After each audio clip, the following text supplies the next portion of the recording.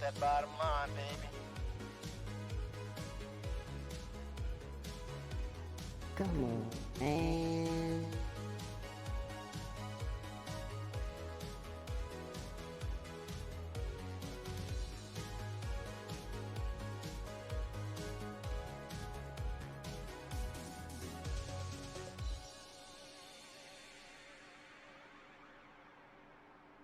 I want the truth! You can't handle the truth! You can't handle the truth! Let's make it happen, Cap.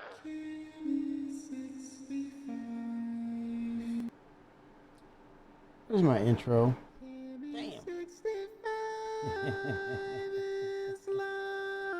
Breaking tradition here, man. How's everybody? I'm back. Hey, everybody. Scavenger. Yo, what's up? How are you, sir?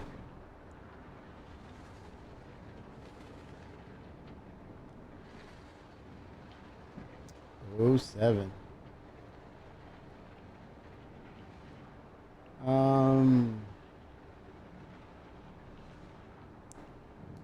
Let's see here.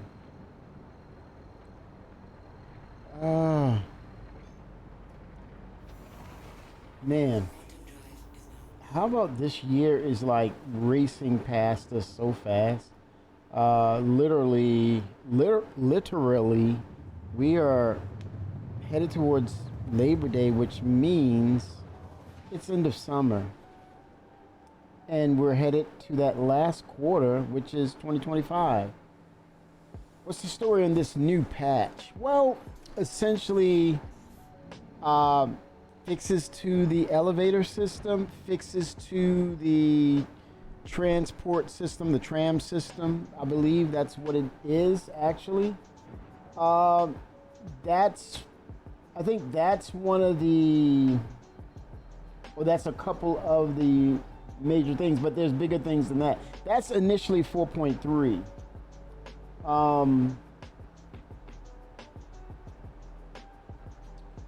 So, but there's a reason. It's kind of like you're getting a generic drop, 4.3. What's going to happen is there's going to be a 4.3.1 drop that will have more substantial foundational pieces to 4.3. That being said, 4.31 is going to introduce engineering, which is basically it's basically your multi-crewed ships, but I think also not to overlook the single player experience. I think maybe access to modules, but I think the highlight will be mostly on these multi-crewed ships and doing engineering. Finally, we're getting that. Oh shit, restricted area. Damn, that cost me, man. Let me pay my fine. Damn it.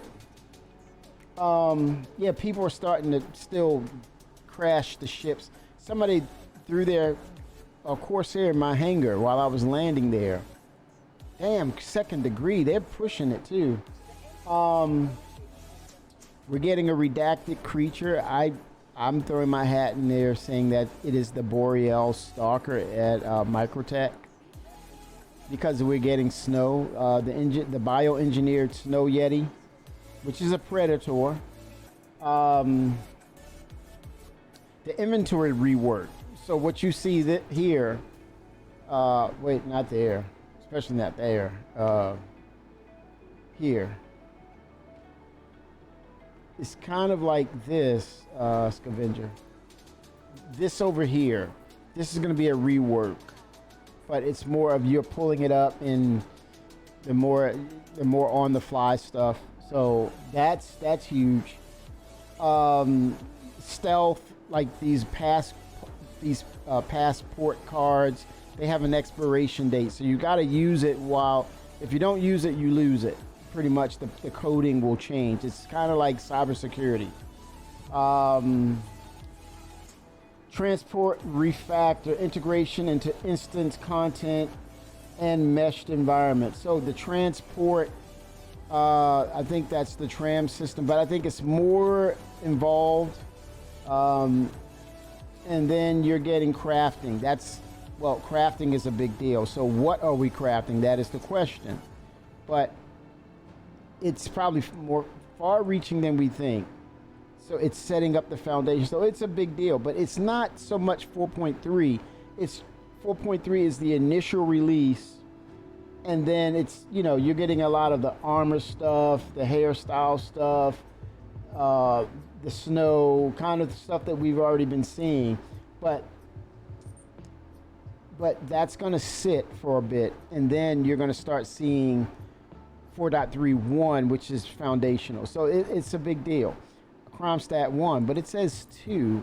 That's the communication mismatch. Okay. Damn. They're not playing with that, man. People are just being a-holes, crashing their ships in the areas. And they're crime statting you for it.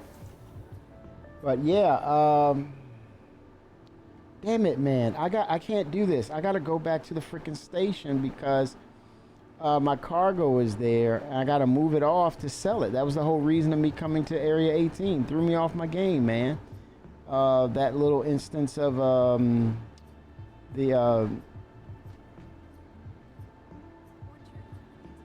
what is it when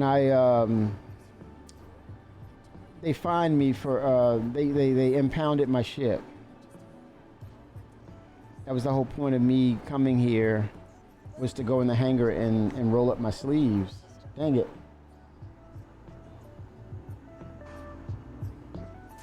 But also, there's the new ship, the Kruger Wolf.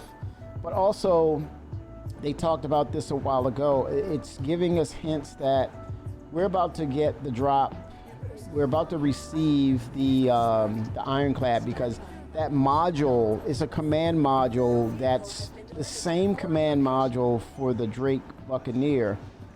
It's compatible with the Ironclad, so they're interchangeable. So essentially, you're flying your Caterpillar, and then you disconnect while you're in it, that command module, and then you connect over to an Ironclad and move that large cargo. Interchangeable. Should be interesting, but it is a telltale sign that we're getting close to a release for the Ironclad. These are big deals. These are big deals. They're substantial.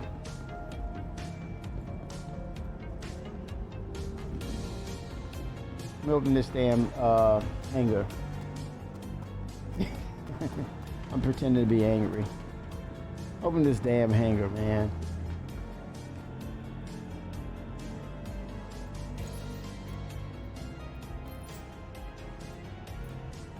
Bring it up. Bring it up. Racer Phoenix. It's been a minute, sir. It's been a minute. Oh, I gotta step away from the UI and then connect back with it to activate it. I've been noticing that. But that's essentially the story. And then you have the mission giver stuff. I mean, I'm on the fence with it. I didn't have a lot of time to kind of devote to that grind. Now I gotta check to see if my stuff is here.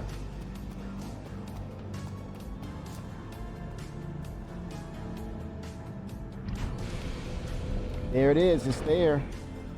Yep, there it is. All right, so I can get to work now.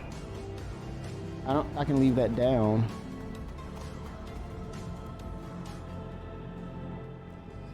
All right, so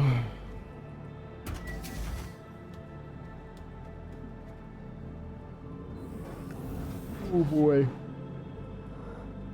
Oh man. It's been a busy week, man. It has been a tremendously busy week. Just lucky enough to get into the game for a bit.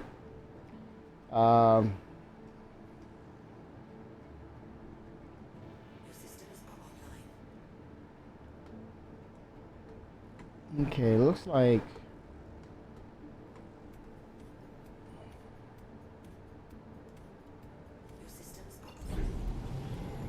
there we go. I had to reactivate. I'm gonna back up.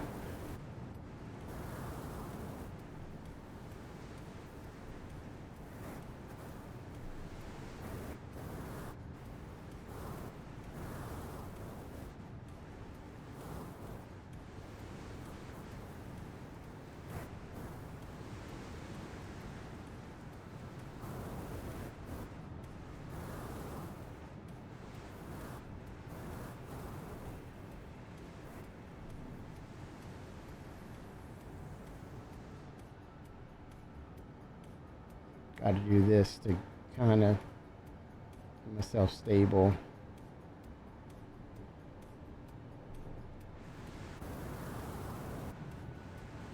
The hover mode, I'm wondering, has things changed or not? Probably not. Okay, I had to add more power to my VTOLs. I don't know why I get disoriented when I do a reverse view. Okay.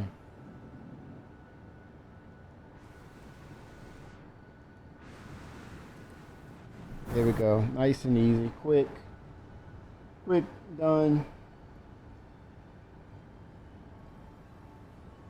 All right, so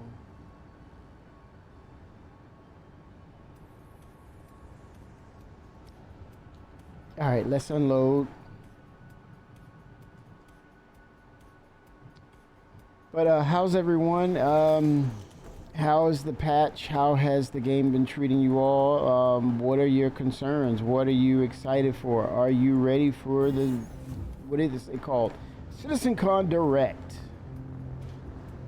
Are you ready? Are you excited? Are there things you're looking forward to? Someone in chat earlier said, hell man, it's only 2 hours. I believe it was, I know it was Shimpasta. Wasn't happy about the fact it was just a 2-hour event, if that is the case.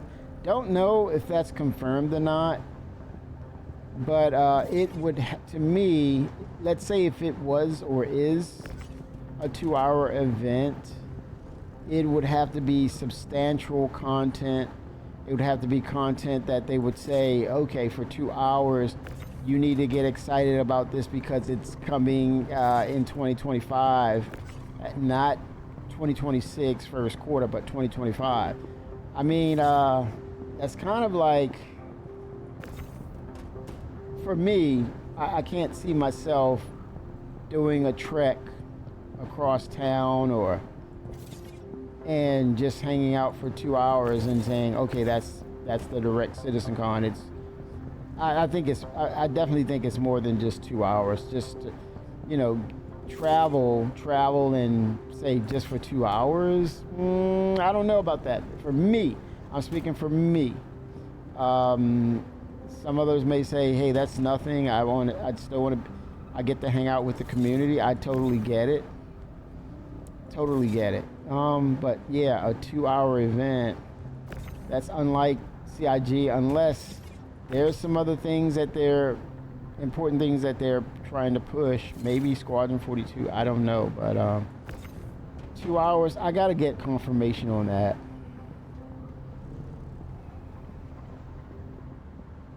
I don't think I've ever heard of that. So no confirmation as of yet. Just hearsay right now. Or I have not seen it confirmed. I don't know. It would have to be some serious content that's coming out, and soon, for it just to be 2 hours to justify coming out, going across town. And I don't know, man. No, I can't see that. Just a 2-hour event, unless it's like, you know, they're just, maybe there's 10 minutes per, and they're cramming it in I can't see that how 2 hours would be justified to come out for when you can just those 2 hours can be just watch it on Twitch or YouTube. I don't know, man.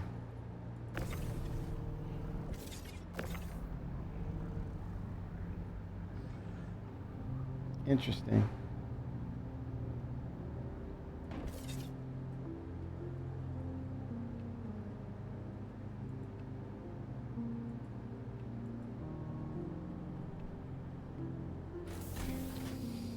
Yeah, now I'm just gonna keep digging until I get actual evidence that that is the case. I'm still doubtful of it.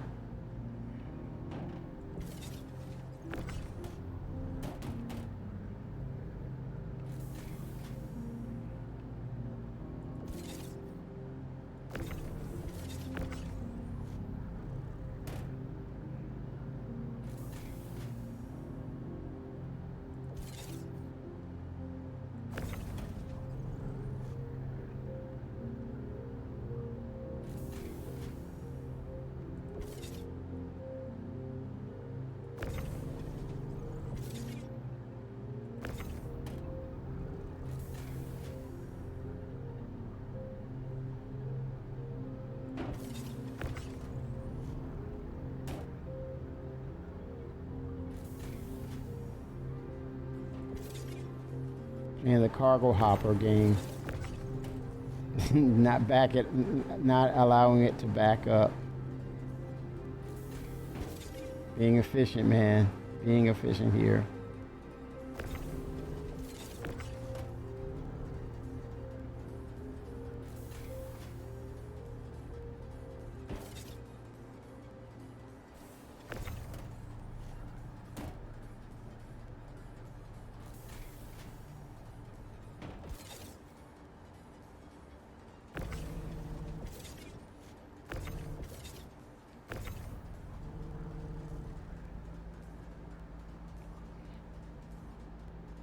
That might have jammed.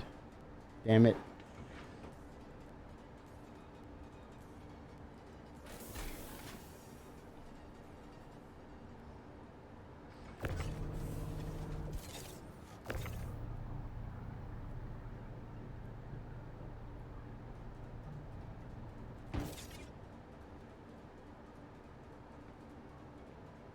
One more. I think it keeps one in the hopper. I don't know why. Doesn't empty it out. But let's see if I can empty it out.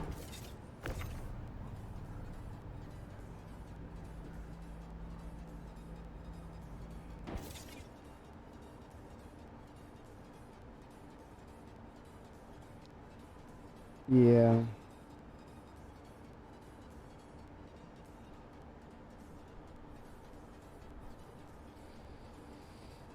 Um.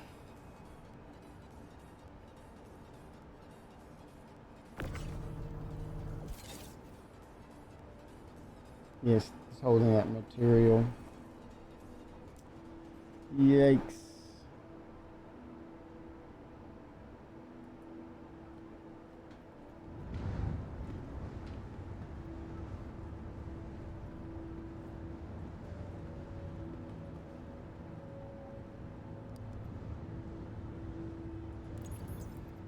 Send it down. All right.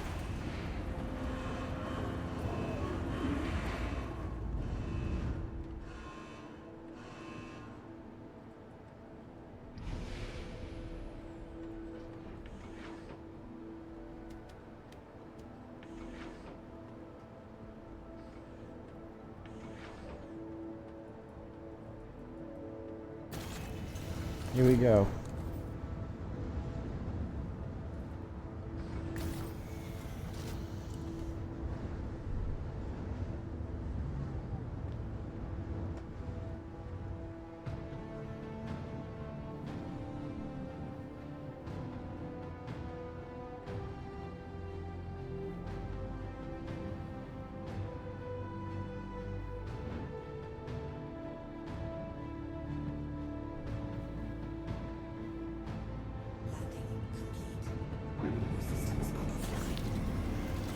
Right.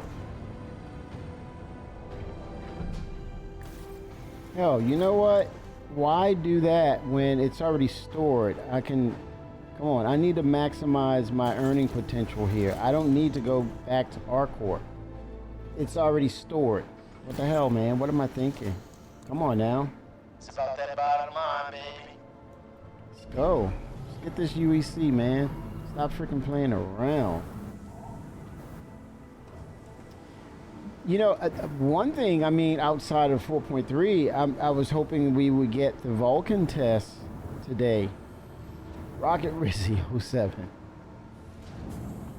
I was hoping to get that Vulcan test going. All right. Rizzy, I mentioned you earlier today. Gentleman,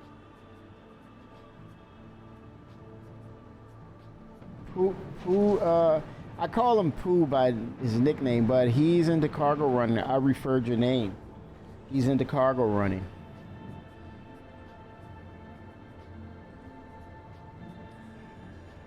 So he joined Discord, and I referenced your name earlier today on the stream. You'll see his name if you go to the VOD. And he's big into cargo, and I said, hey, Rizzy's a savant. When you talk about cargo running, that's his jam. That's the jam to his peanut butter, man.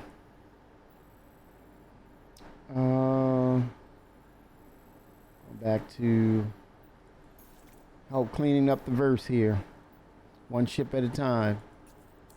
Let's make it happen, Captain.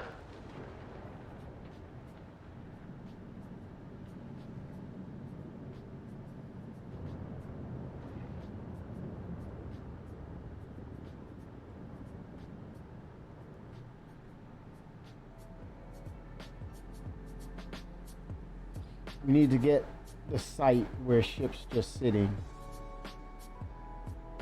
You mean just like dead ships? I'm headed that way.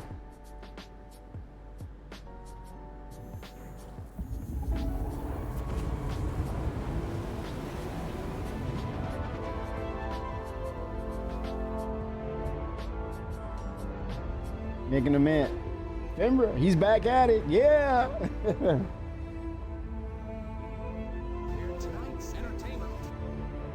Astromani 07, thank you for the raid. 38 viewers, 07 y'all. Welcome to the stream.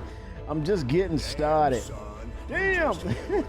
Dioculus 13. What's up? What up? What up, fool? You got Merc rated. Oh damn. Don't shoot me, bro. Don't shoot me. I'm just a lowly industrialist here.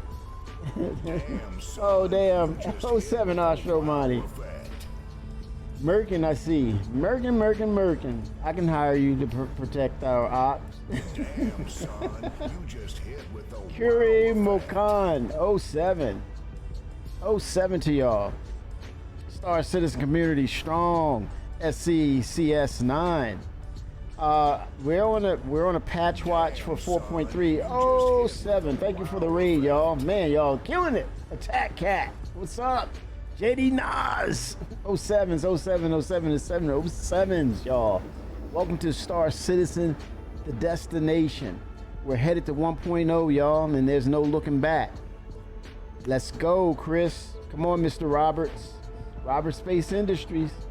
I kind of think he might do a little Spike Lee and show his face in the game as Robert Space Industries, the grandfather, the great grandfather of the Robert Space Industry ship manufacturer.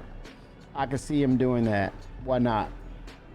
It's his game. Well, actually, you know what? It's gotten to the point. Chris says it's our game. That's the level, and I think it's we reciprocate that to say, no, Chris, it's your game. Out of sheer respect, it's your game.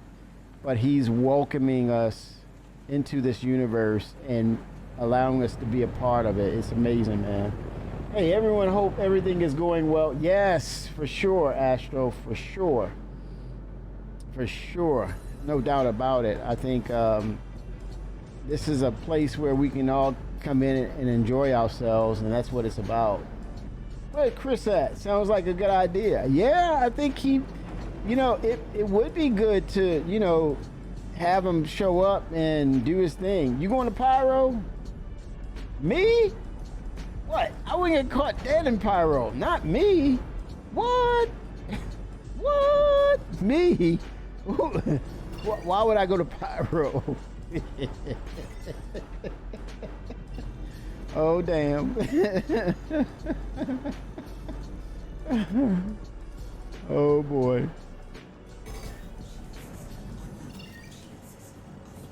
Oh, boy. Not me. Me going to Pyro? Shoot. What?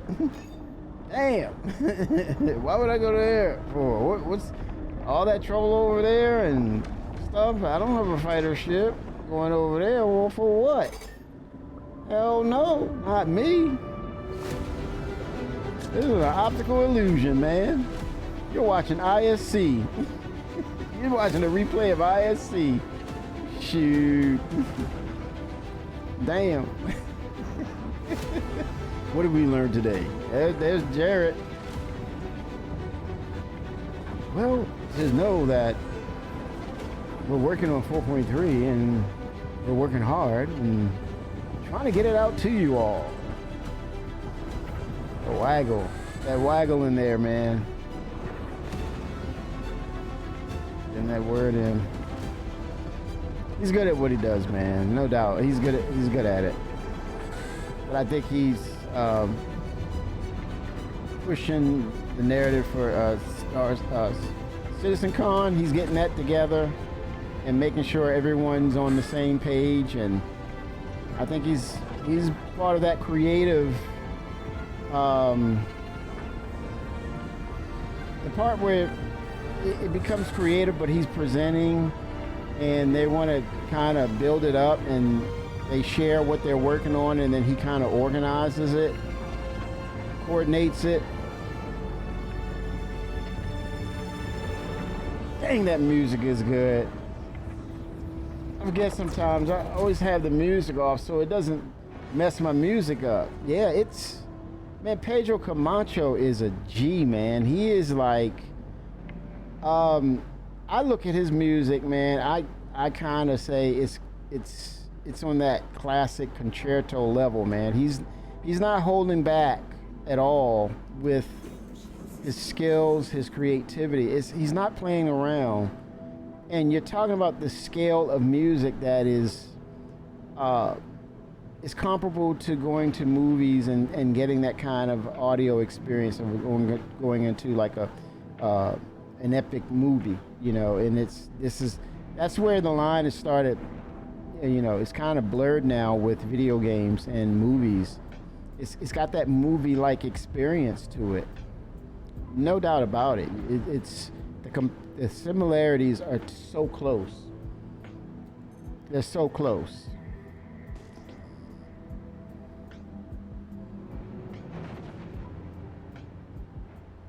And the recent thing, Astro, the recent thing about that was that that new mission that you're going into this facility.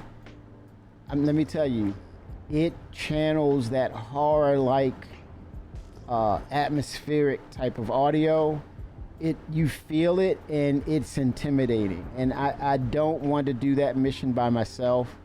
I couldn't do it by myself. I don't like that, and that's a good thing. That's totally a compliment, because it really puts you into that mode of, hey, this is horror. When it comes to horror, I don't get down like that, especially like it flows with having a bad nightmare, because you're the center of that situation, and that's what that experience felt like. So for me, if I'm going to tread over into that type of mission, I'm going to be with other people. But the audio, we haven't seen anything yet. And I think as we get closer to Halloween and they really get a footing into the features and such, Man, I can't imagine what kind of things that they're going to be showing off, like come Halloween and those events where you're going into these dungeons or whatever, lower depths and everything. Ask Rizzy, he'll tell you. Rizzy's like, hell no. Ask him. Ask Rocket Rizzy. Hey man, what do you think about the alien horror stuff? He said, look man, look, don't play with me, man. Don't play with me like that.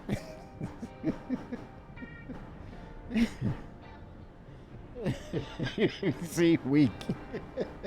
He said weak.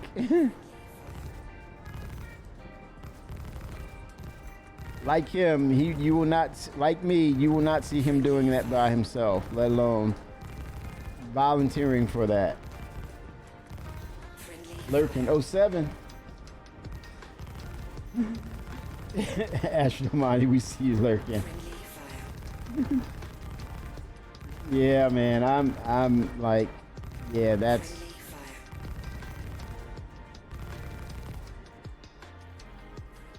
Let's go ahead and, oh! Let's go ahead and get this on the menu. Fill this thing up. Disintegrate, I want to fracture. Now comes another explosion. It's fracturing now. I'm just gonna take chunks out of this thing, man, and just clean up these ships. Get it in real fast and quick.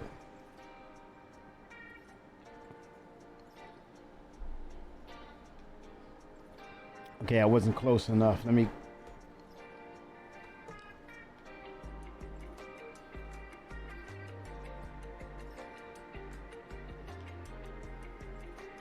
Okay, it's processing.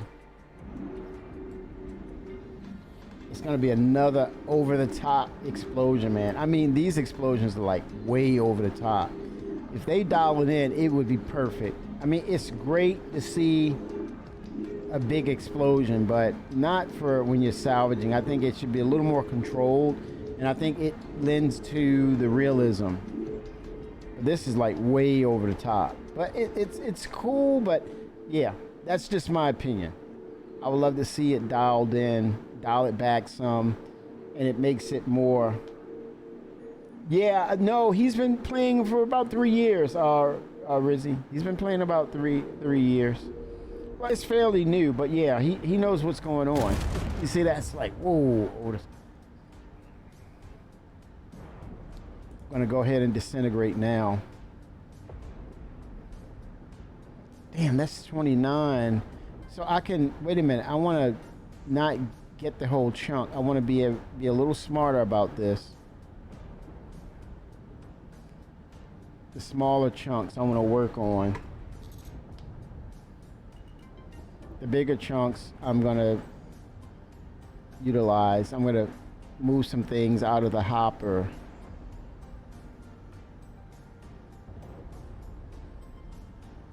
Okay, there we go.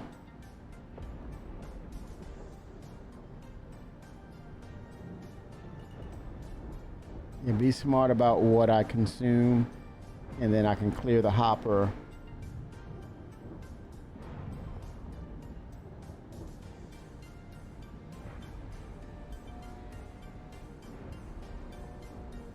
All right.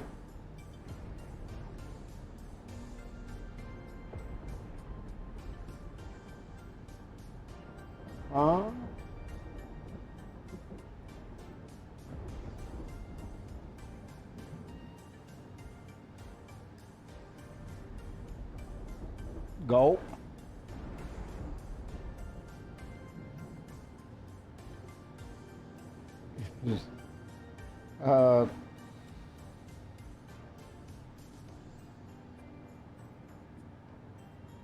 Go.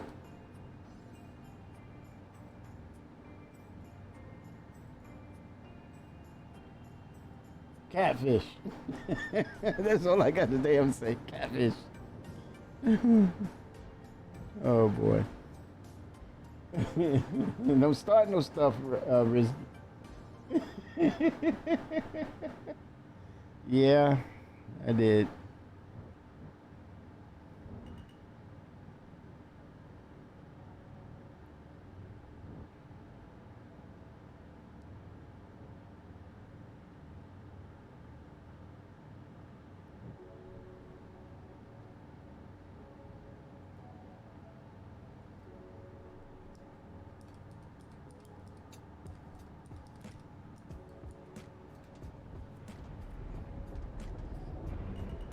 That looks like...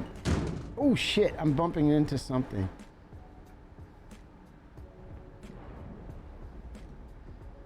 Man, there's a lot of debris now. I think that's cargo, man.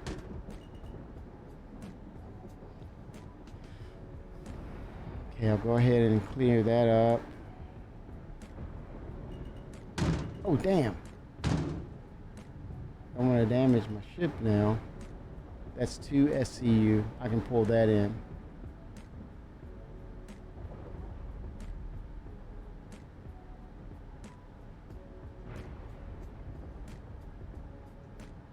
Then I'll clear the hopper.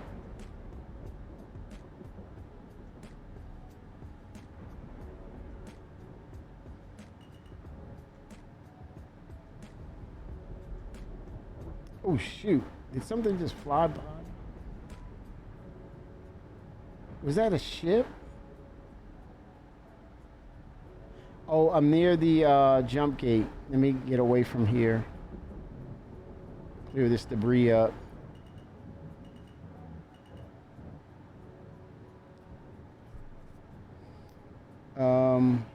Yeah, because people are traveling this way and I don't want to bump into or get crashed into by any other ship. Is that a Polaris? It looks like it, yep.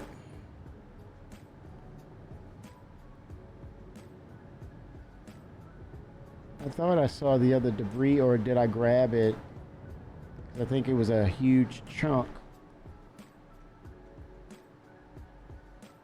Let me look around me.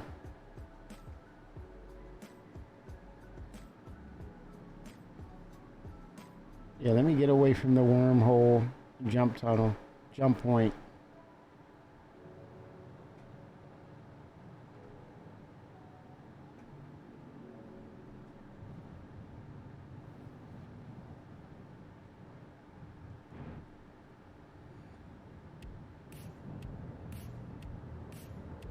I'm seeing like stuff like collision alerts and all this crazy stuff.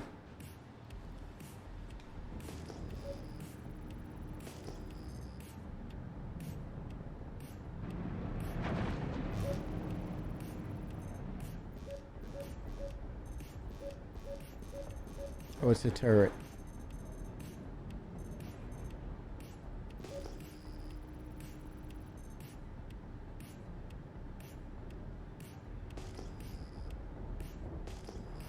That piece of the debris from the ship, possibly. Or is it a ship? I think it's an entire ship. Yep. Piece of it. Let's go ahead and clean it up.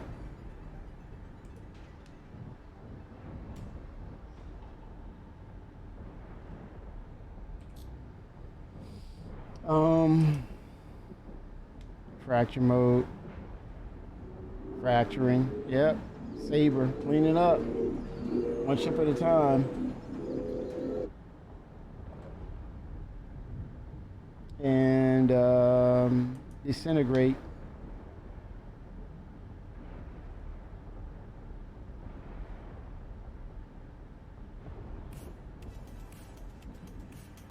Rizzy, what do you think? What are you thinking about the reclaimer? You want to continue that?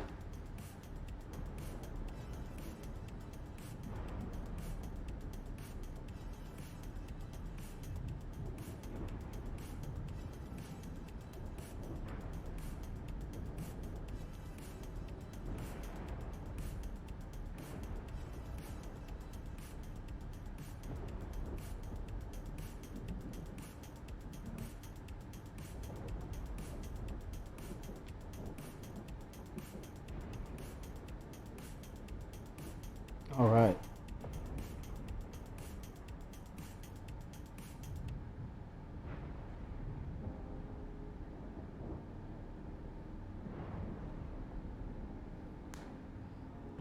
All right.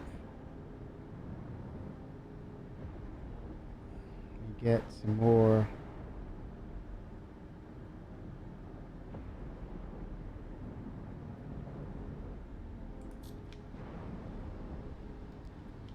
Up. Look at that, a gladius. Cleaning it up.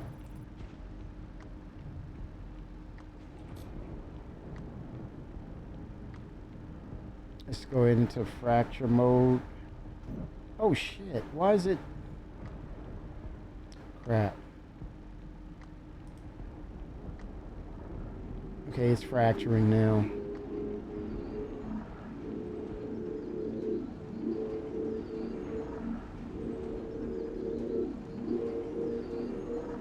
Okay, that's a, oh, definitely, I understand, man. I wholeheartedly understand. It's so funny how, you know, real life, you have so many things that's going on, and then that's when the development starts to speed up in Star Citizen. It's like, hey man, y'all better get into this experience and enjoy it. Definitely, it's time to really, you know, enjoy it from all this time, and you know, they're working through the development and getting things on track. If you have the time, get in there and play it.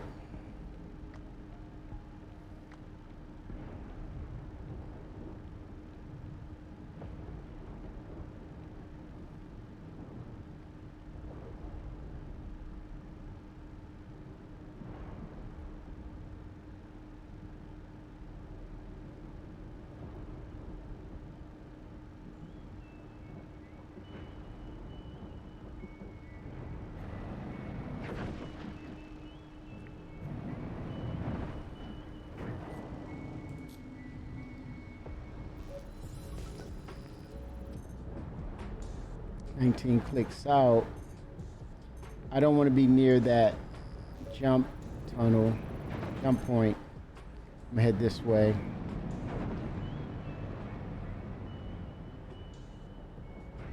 Oh, we definitely need it. Like the air we breathe, we need it. I think it makes sense.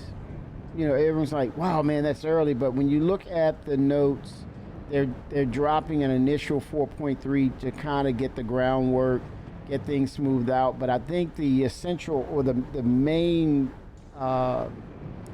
feature with 4.3 is the fact that they're going to drop 4.3.1. That's the part where we're going to see the crafting. I don't know to what extent is this crafting. What is that going to be like? And what? I think that's a turret. What will we be crafting? That's what's craftable. What's, you know, that is the question. What can we craft? The wolf, I think the analogy is great. The way they've designed it, it has potential. When you talk about a wolf, that's one aspect, right? But then you use the analogy pack of wolves and how that ship is designed with those ballistics. A lot of times we have not been embracing ballistics as a go-to because it's a thing where you replenish. But the thing about the ballistics is it literally tears into the whole structure. So it's delivering or dealing out considerable damage. And the fact of the matter is that ship is very speedy.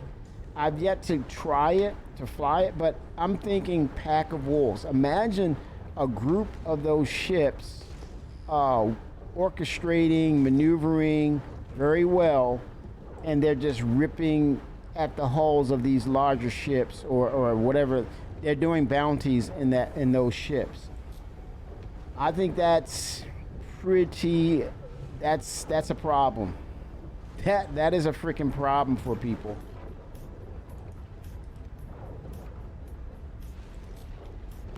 Friendly fire. That is a problem, potential problem for people.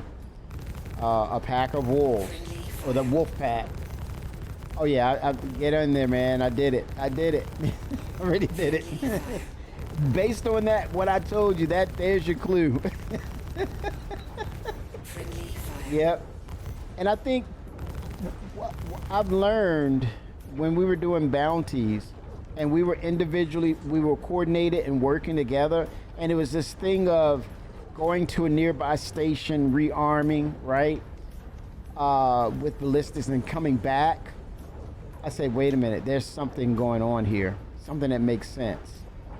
And so, yeah, it fits the narrative. Trenton, '07, what's going on? What are your thoughts on the Kruger? We were just talking about it, Trent, and we were saying, I used the analogy of the wolf pack of wolves. If you can coordinate and you basically work together, you can cause some considerable damage with those ballistics, and you're a hard target if you can utilize the quickness and the speed of that ship. You're a problem. You're an official problem. Oh, Shimpasta 07. Message of the day: we're currently testing potential leads for the Wolf Sink and slow issues. We'll update here once we have more information, as this is needed for any further publishes. They look like they want to push because they made the sale, or they're making the sales for these ships, for that particular ship. So I can see them. Oh, wait a minute, it's not done yet. I still have to fracture this thing or bust it up. There's some ships out here, man.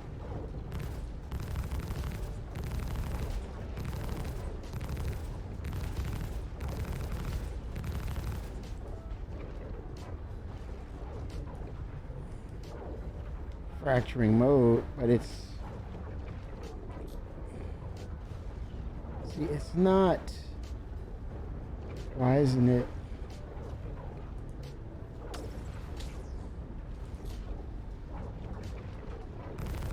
Hold on.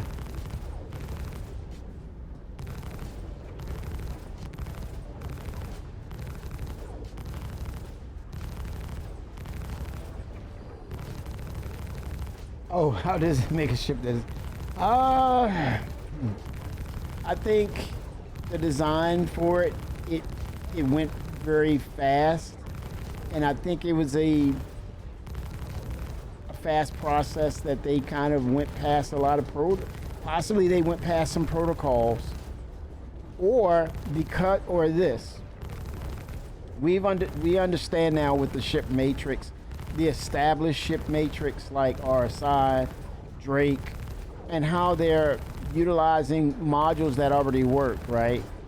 Now, here we are. We're looking at a brand new manufacturer, a brand new style, potentially a brand new style guide that they're basically creating a database for. So I can see that where it will have issues because it is really brand new territory for them. So would you have maybe grabbed another manufacturer and then kind of customized the exterior? Maybe, I don't know, but maybe it could be the case of it is truly a brand new manufacturer. So I don't know, man. That could be the case, but also it could be a combination of it didn't take long to process that, and the perception is, hey, it's an easy concept to make. But then I had this concept about creating stuff like, okay, the small jobs can sometimes be the most complicated. They can be, and the presumption is, oh, it's small, it's easy. No, it could be the exact opposite, and so that could be the case with what we're dealing with. I think that this ship is broken. I'll just go ahead and disintegrate, get it off the board. There it is, it's out of here. Cleaning the verse up one ship at a time.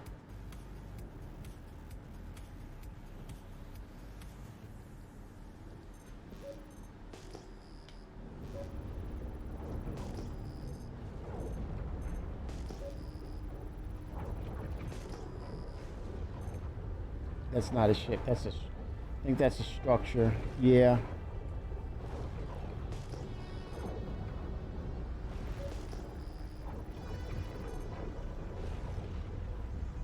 That one's 9 clicks out, but that, no, that's, I think that's turret.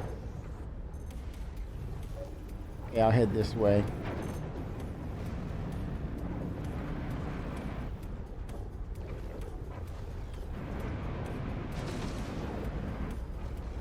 How does it break? Yeah, oh, wow. No trends. Yeah, that's a great question. I think it's been broken, Shimpasta. I think now you're introducing a new feature or a new asset to what's already broken. Really breaks it. It really exposes the broken nature of it, because you have a brand new entity, and it really is like, oh, this is totally not compatible.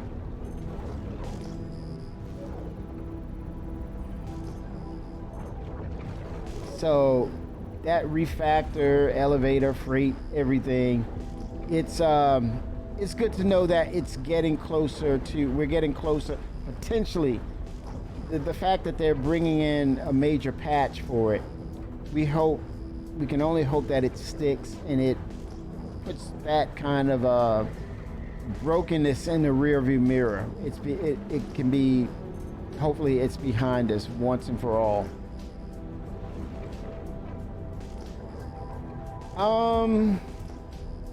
I think it's just, you look at it like this, Shimpasta, and this could be by their own design, which is unintentional, right? What you've heard that expression, you err on the side of caution, right? I think in this instance, CIG needs to do the opposite. And I'm probably mentioned this before, but to me this just makes sense. Regardless, getting to 4.3, 4.5, 5.0, whatever you want to call it, well, even to the point from where we are to get to, our march towards 1.0, right? There's no escaping. At this point, we've come to understand, Shimpasta, there's no escaping bugs with this game due to its size, its scale, due to its legacy coding. There's no, let's just go ahead and accept that. And I think the sooner that we accept that, then we can have some sort of clarity. And that, I'm speaking to not just the community, I'm speaking to CIG and Chris Roberts himself. Once we come to that consensus and say, we're going to have bugs, man. 1.0, possibly Squadron 42, 2.0, 4.0, post 1.0. The completion of Star Engine. Let's go ahead and just say, what would that look like? What if we do accept the fact that there's going to be bugs, right? So let's come to that consensus, all right? So here comes my statement. Or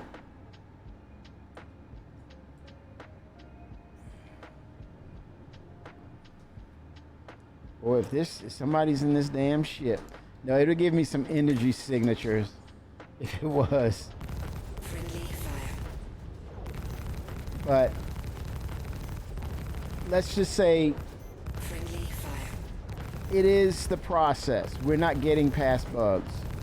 So that takes away the, hey, I'm giving you a pass this time. I mean, that's saying you have a expiration date until you totally give up. That's almost, there's a fuse that's burning.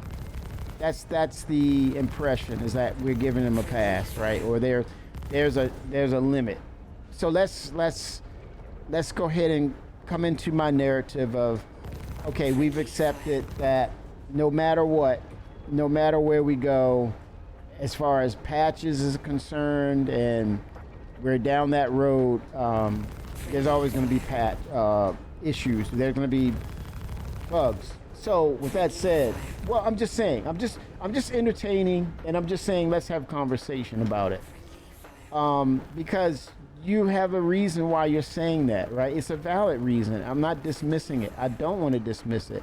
It's valid. I'm just conversating. I want to see this other side of it too. So let's say we're on the same page. We have a consensus that, hey, look, there's going to be bugs. What's the best solution to this? Meaning not to get rid of bugs, even though the efforts will always be there. We've seen the efforts and we were encouraged by the efforts. And this is the year of stability. And to your point, right? So here we are. We may as well, the best solution to this, Chris Roberts, community, CIG, we continue progressing. No matter what, we continue progressing. We get to 1.0. We, not just 1.0, we go ahead and proceed and move towards the foundation, Star Engine, dynamic server meshing. And we don't go in head first and dive in. Yeah, we always consider caution based upon the weight of what that feature is, meaning it could have detrimental, really bad effects where it could just lock down this system and shut it down totally, and then you know we're screwed. We got to dial back patches. So I want to put it in this scenario. You have the persistent universe, you have a true PTU, or let's say / tech preview.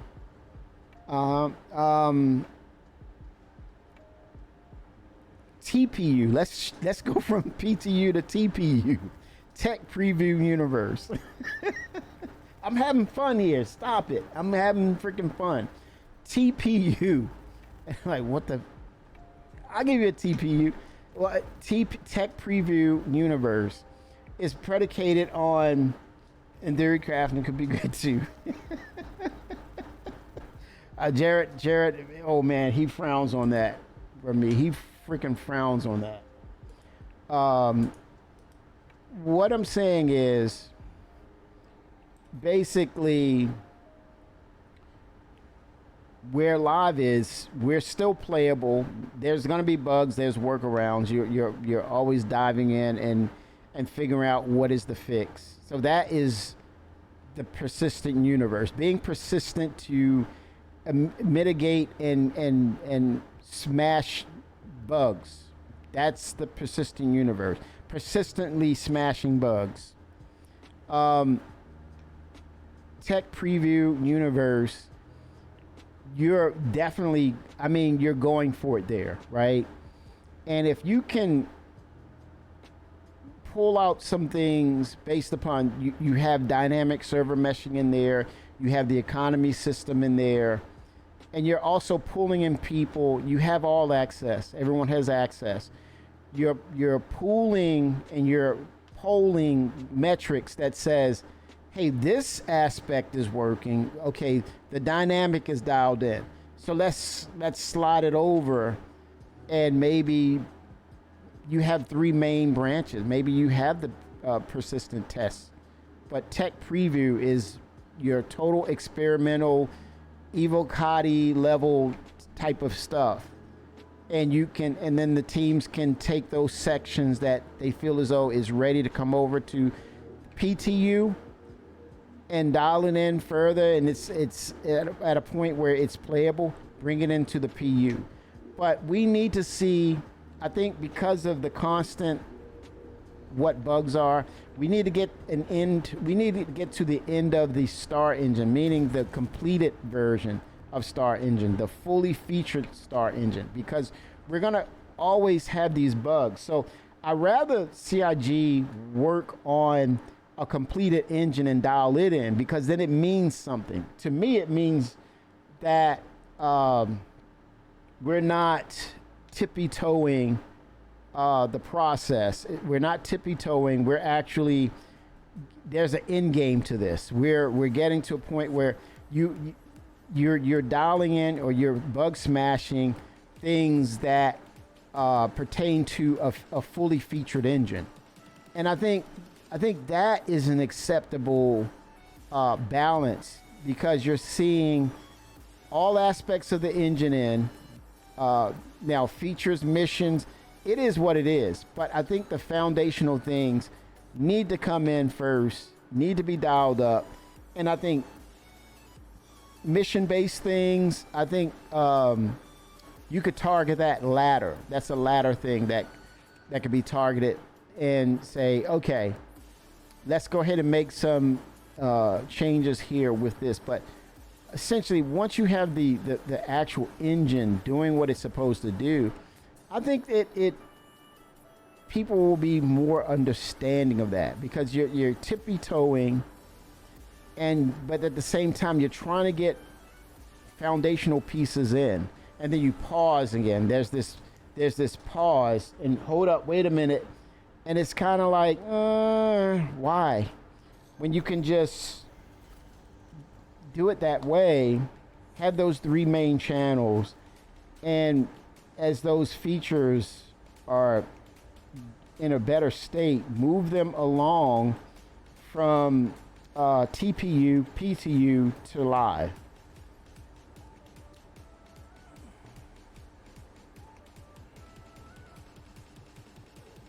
Is a method to the madness, but I think it softens the blow of these bugs. If you get the engine in and that gets behind you, that's over with.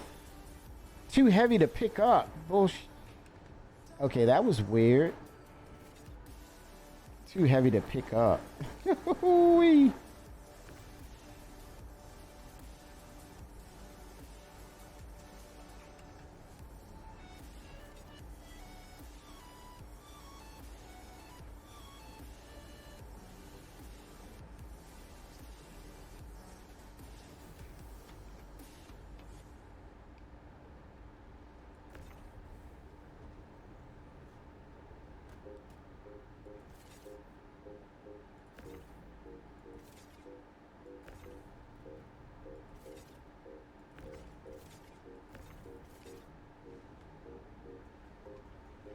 It didn't work.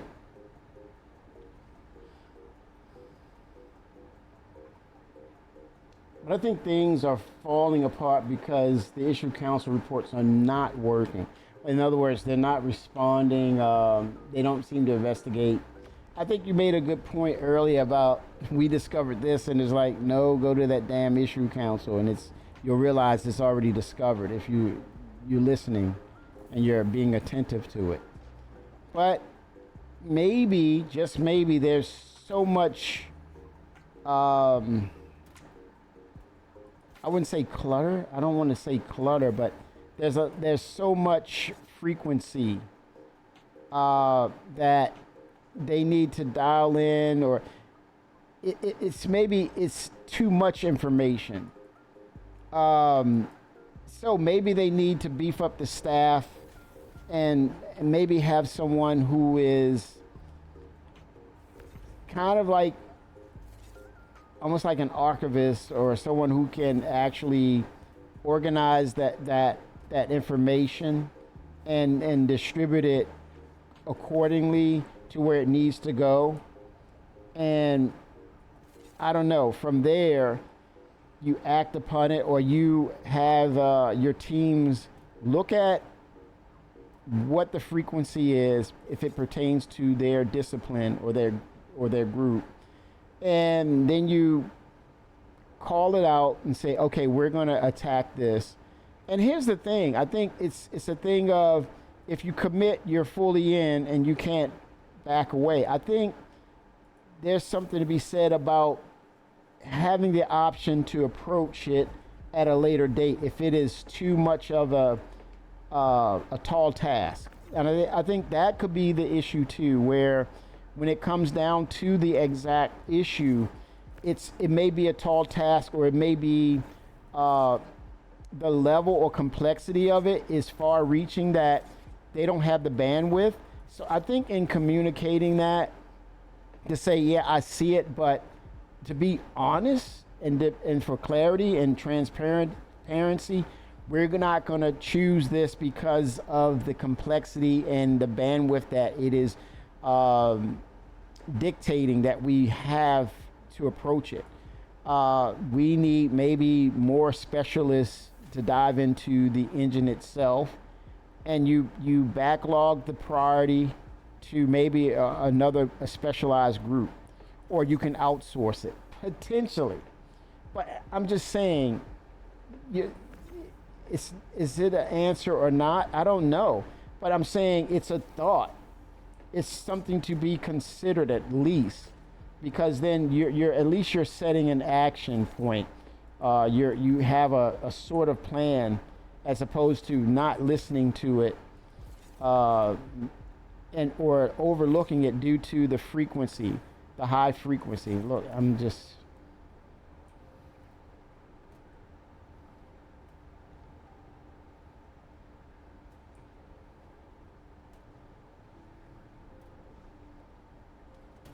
Oh, why did I? Oh man, I was so close to the.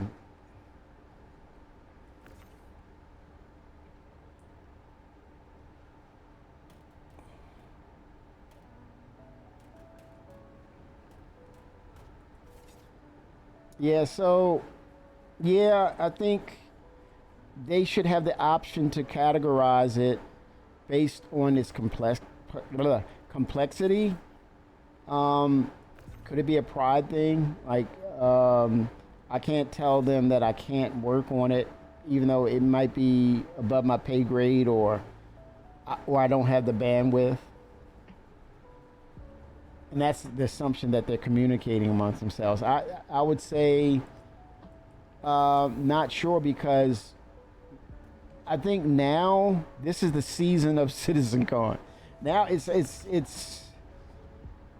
I don't think no one would even, I think, consider looking at the issue councils other than what's set as a priority by whoever that lead is, or manager is, or Chris Roberts saying, hey, look, all hands on deck. We got Squadron 42. And I think that's where it also suffers. Due to events that are pending. We can talk about it, but definitely the season, this is not the season for it right now, because we're literally moving, man, we're halfway through August. And they're all hands on, knee deep in CitizenCon, and not just, and then also these features that's required for 1.0. So yeah, it's a tough situation right now because of what's pending.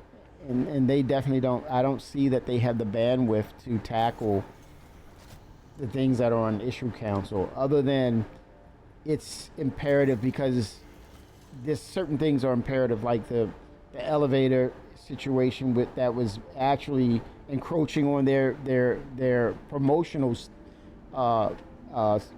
features, like the missions, and you're promoting this. And that bug says, I don't care what you're promoting. I'm going to act up. I'm going to be the fool. I'm going to act the fool.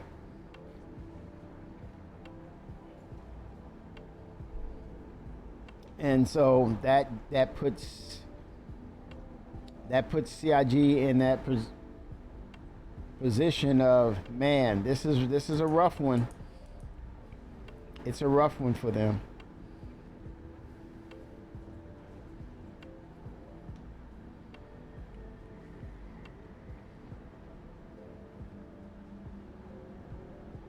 Okay, so this says 14.6, so it's going to fill up to 13 by default, but it's still clearing the clutter out of here. Now I can go back and stack some more cargo.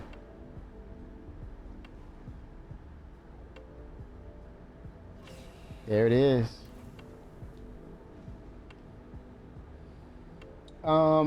Yeah, I think this year, it's business as usual, Shimpasta, for the rest of this year, based on what is prioritized right now. It's so many things that, the crafting, the engineering, the ships. Where do you stop? Where do you stop to pause and say, okay, let's go ahead and... But it is the year of stability. But at the same time, stability is not the promoting factor. It's just to say, I want the game in a better state so we can launch these features and keep people interested in playing. It's not ideal right now, to be honest. It's not. Other than it's a crucial bug that needs to be fixed, and we're looking at it, right? As Jared said, the elephant in the room now has presented itself, and I'm like, damn, dude, did you get that from me? I called that one a while ago, the elephant in the room. But I think right now we understand that if it's not game breaking, it's business as usual, because they have to spit out Squadron 42.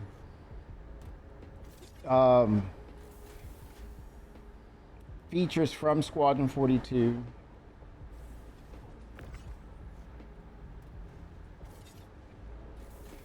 Yeah, it's a game breaker, and I guess it's to say we rather have the game breaking things show itself so that it can be knocked out.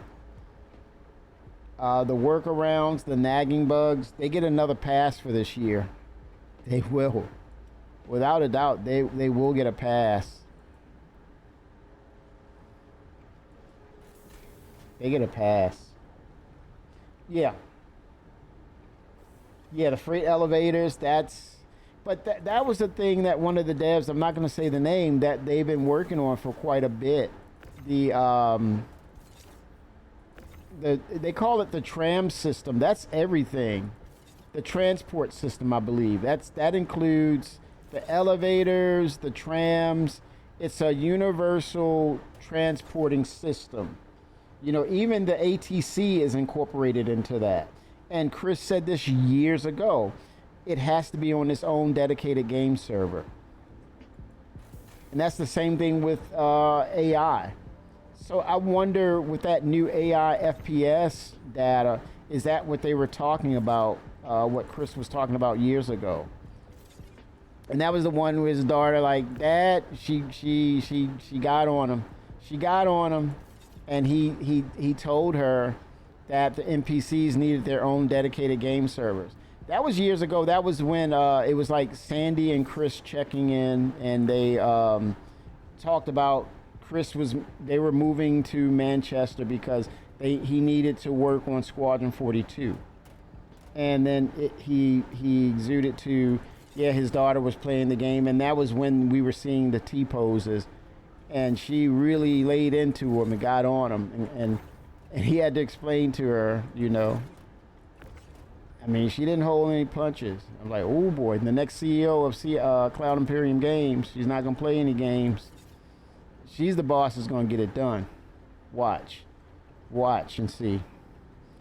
That's a boss in the making right there. She wasn't playing around. boy, oh boy.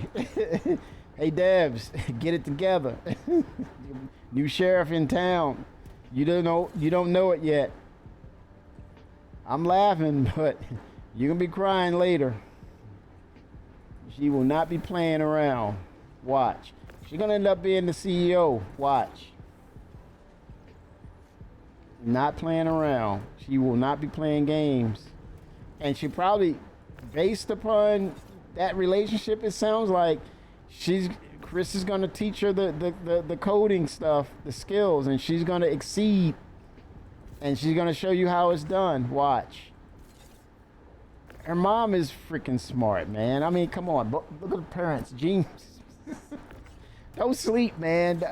You guys, come on, man. Wake up here. Wake the frick up. They're not playing around.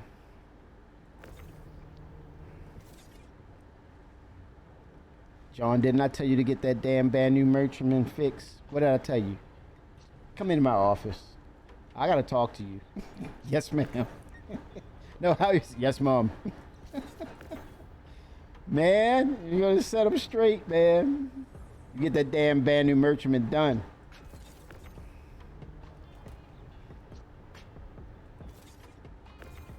The hell you mean there's a bug? Ain't no. If I can see it and fix it, you better get that damn code fixed.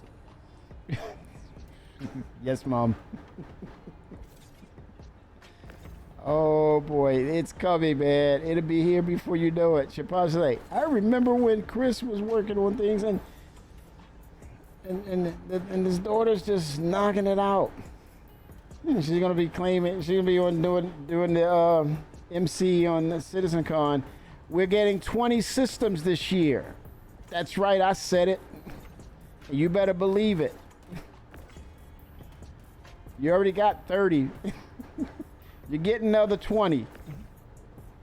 It's like, whoa. Like a boss.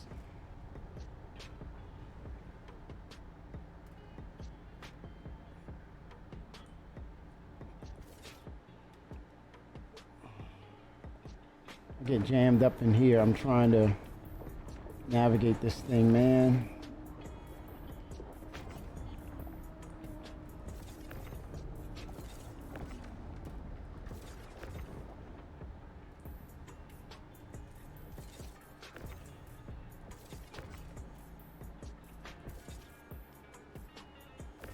Or would it be something if I get stuck in this damn ship because of the cargo? Death by boxes.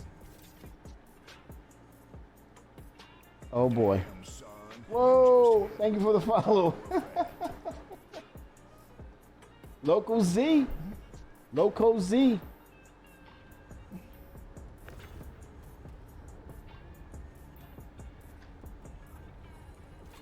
Oh, 07 Loco. I assume you play Star Citizen. How long you been playing, man?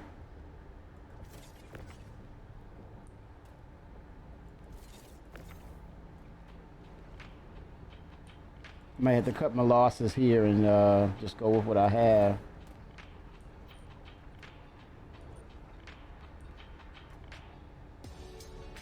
Oh, damn, minor PTSD. Ouch. I hear you. I hear you. We're stuck in this, man. We are. It's like you can't quit it, man. You can't quit it. Welcome to the insane infirmary. There we go.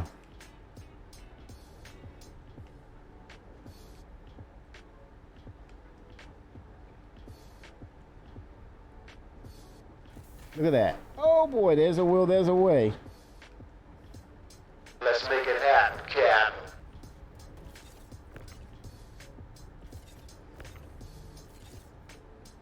Can I get one more? Can I get one more?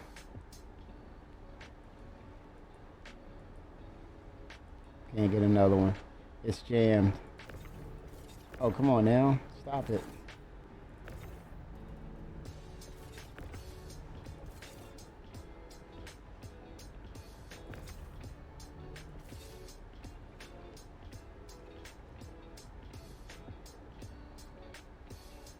Oh yeah, I can get one more. Oh boy. GG. Yes, sir.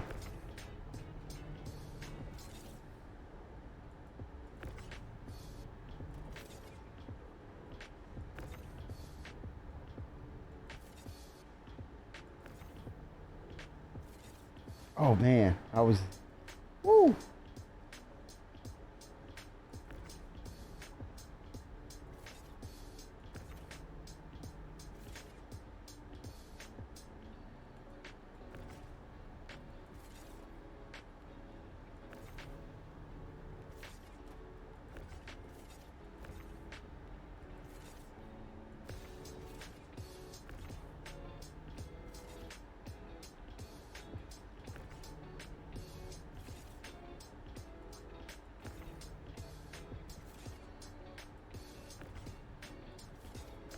Hold on. Let me see something here.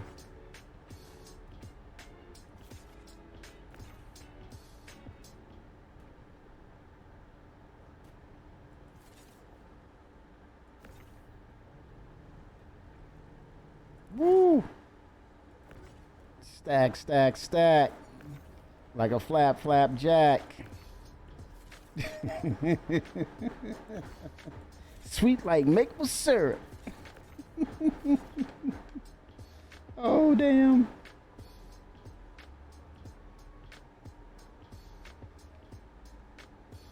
Can I get one more? Can I get one more?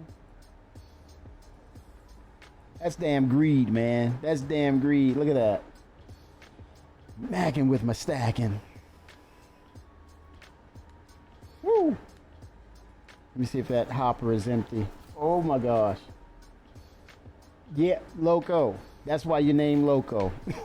Because you know. You know, Loco. There's patience. And then there's this insanity that is Star Citizen patience. No doubt about it. Oh, damn, I can get more in there. Ooh. But see, there's that risk and reward with that patience, Loco. You know what I'm talking about. You've been playing enough to know. We're wired a certain way, man. And I think what it is with games, you figure them out. And I think, you know what? And then this is too Shimposter too. Man, if there was no more bugs, man, that would probably scare the hell out of us. Ain't nothing to be mad or salty about. Nothing. Some of us need it. Some of us need it.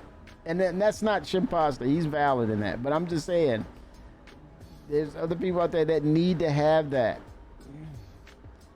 Damn, I can't complain about Star Citizen. We would be... See, again, welcome to the insanity. Isn't that crazy? But I think there's something to that, y'all. I think it's something about why games are on, why games like Pyro Ship Graveyards, why there are games on Steam, right? And they're on the backlog. It used to be on your hard drive. Now it's on the backlog, right? Once you figure them out, it's kind of like, it's something not pure about it. It's kind of like you're taking advantage of the experience. It's kind of like, it's not going to change. It's scripted. It's not going to evolve unless you get a part 2 or part 3. And even then, once you have it figured, it's kind of like the Souls game, right? You figure it out and say it's great, but you're not going to delve back into it because that's where it stops. You figured, you got this formula, you got the secret sauce. It's over. You know what it is. Why are you going to go back and revisit that when there's no evolution to it? That's it. And I think that's the allure of Star Citizen. It's always evolving. That's the potential. But then there's something about the bugs too. It's next door neighbor to a whips and chains. Oh, damn. Okay. Okay. Wasn't expecting that, but okay.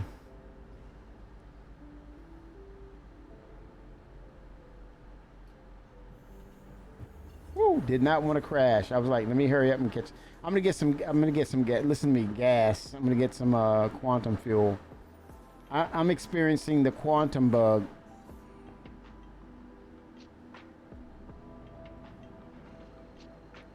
So it'll be wise for me to get some quantum fuel before I do anything.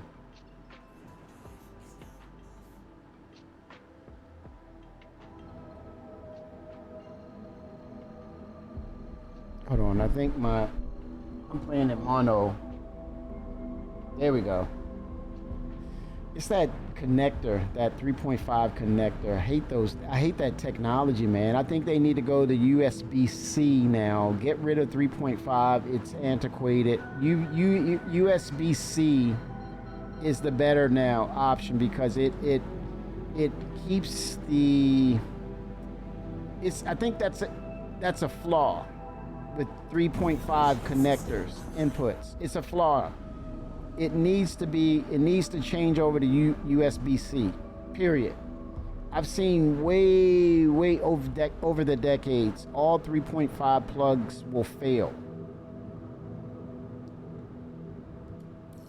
Let's get it together, technology.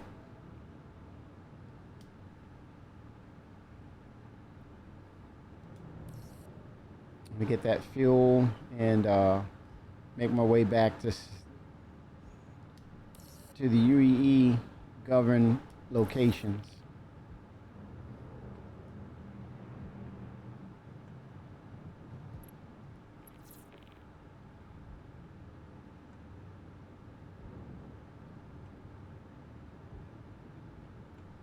It's about that bottom line, baby. All right. All right, here we go, y'all.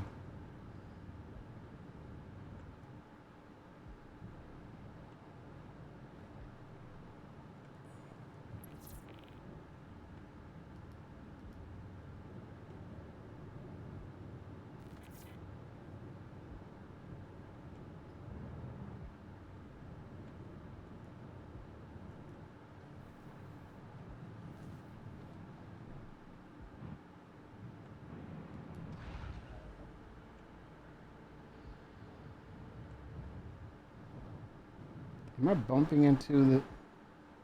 It's a small hangar. Small hangars need to go away, period. I don't care if you have an Aurora. You should by default have a large hangar, period. End of conversation.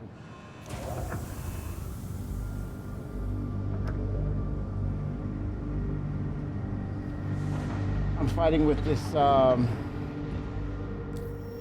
fuel bug. I'm adapting, and then you go over here and then come back and you'll see the progress. That's a bug, but it's not a game-breaking bug. Fuel is at 100%.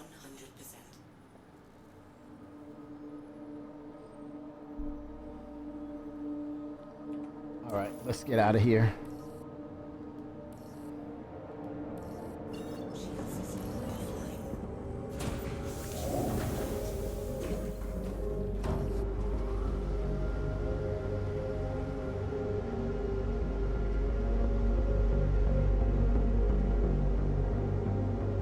That music, man, there's nothing to play with.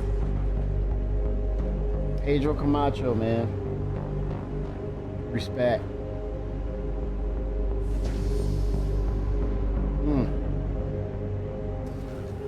Audio team as well. Goes without saying. It really balances out the visuals. It's an experience.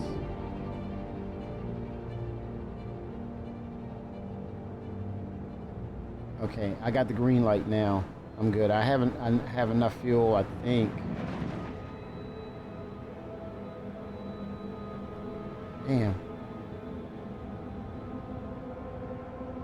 Why am I...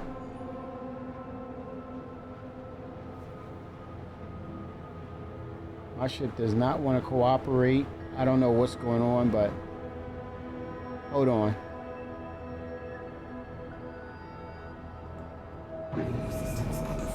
Oh shit. Oh shit, oh shit, oh shit. Your systems are online. Your systems are offline. That was not funny. Cause that was messing with my money.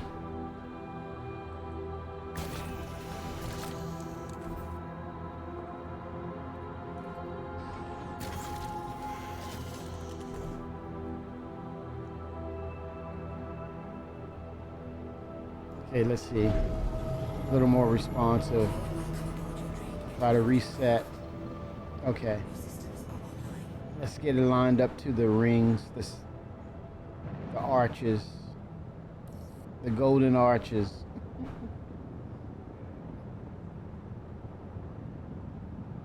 So, Shimpasta, so you're basically telling me it is confirmed, and you know this.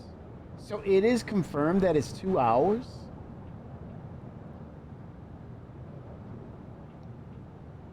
Damn, man.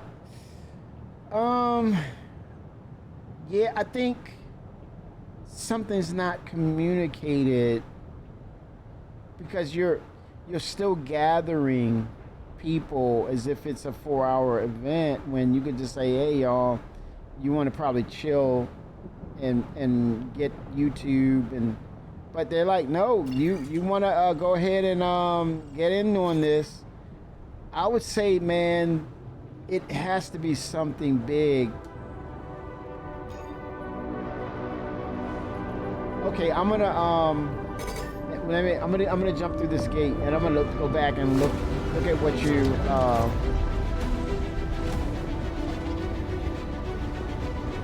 wow.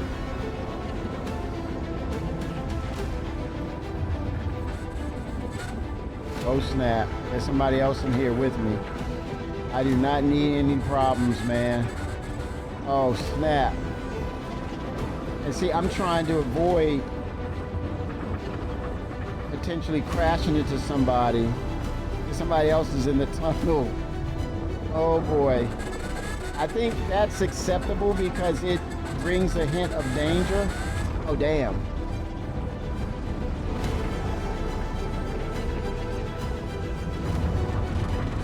Okay, I might be going back in the stand because things are turning blue.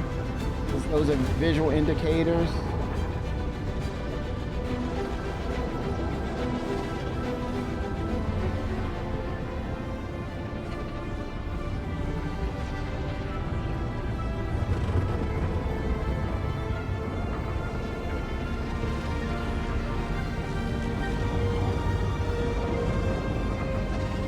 Let's see.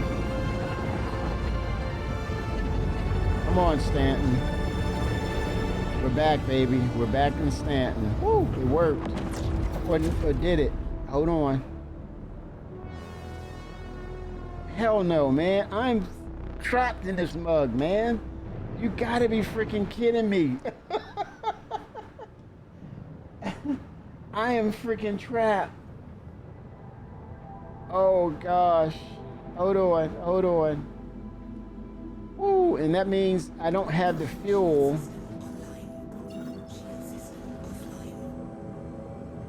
Damn it, man. Look at that. I don't have the fuel. I'm gonna have to park the ship. Yes.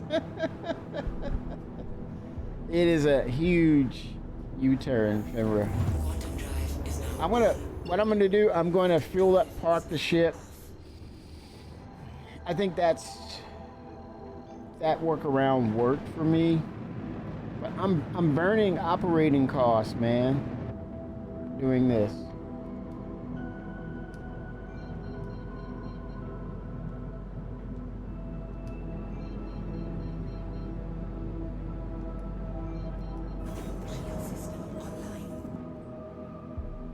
Holy smokes. Welcome to the Hotel California.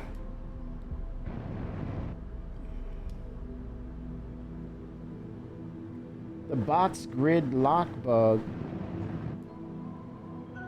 Is that the event? That's something that's going on with the big event right now, Loco?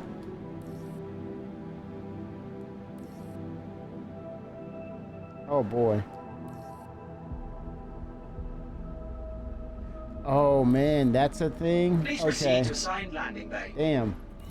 I can't say that I'm afraid because it's never, knock on wood, happened to me before. But that's a pain in the butt. I'm gonna park the ship and come back into another instance. Reset so it can reset. Hopefully get itself working. I'm gonna literally park the ship. I think that I'm having that issue, but this is a dead patch. This patch is only worth just collecting UEC and getting ready for 4.3 basically. Had to claim. Okay, but I have the cargo on this stuff. I don't want to lose it. Yeah, this thing is full of cargo. Unless I move it to the freight elevator. That's some work, man. And I have some in the hopper too. So, yeah, I might have to table that one. I might for another occasion. Yeah, now that I'm afraid of. I don't want to lose this cargo. That scares me. Landing complete. Have a pleasant stay. Okay, let me turn off. Clear the grid, leave the rest. Let me, look at that. See, I'm burning fuel.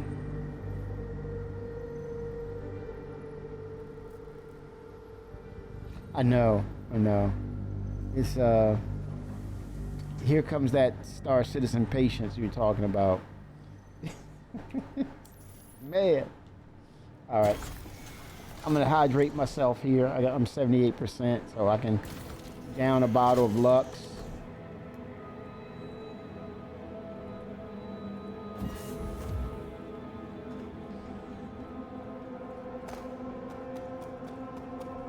Workaround simulator. Yes. Problem solving 101. Figure it out. Welcome to the aSOC vehicle retrieval system. But now the realization, I think it was the deeper cut into what Jared was saying is this is a problem. This is far reaching now. This is we can't have this no longer. This thing that's happening with the game. It's really undermining their efforts. You know, he's not going to say that, but he pretty much said it. So I think the only remedy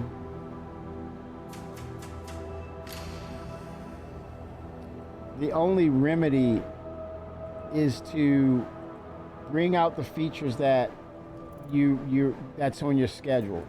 Get the engine in and let things work itself out. You know, in that respect, let things work itself out, but you get the features in. That's the one thing I think we all can agree on. This side, over on Cloud Imperium side, that's one thing we can all agree on. Let's get the features in and see where we are after the fact.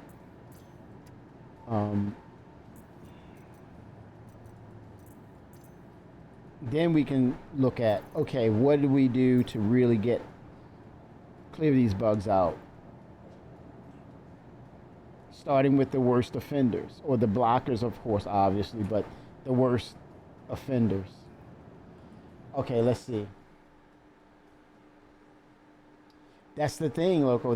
That's the constant, and I think we may as well keep going and get ourselves built around, you know, the engine. Let's get the engine in, and then and let's circle back to the bugs, the worst offenders. Let's double back to them once we get the engine in. Not to say ignore it, but you know, this is the year of stability.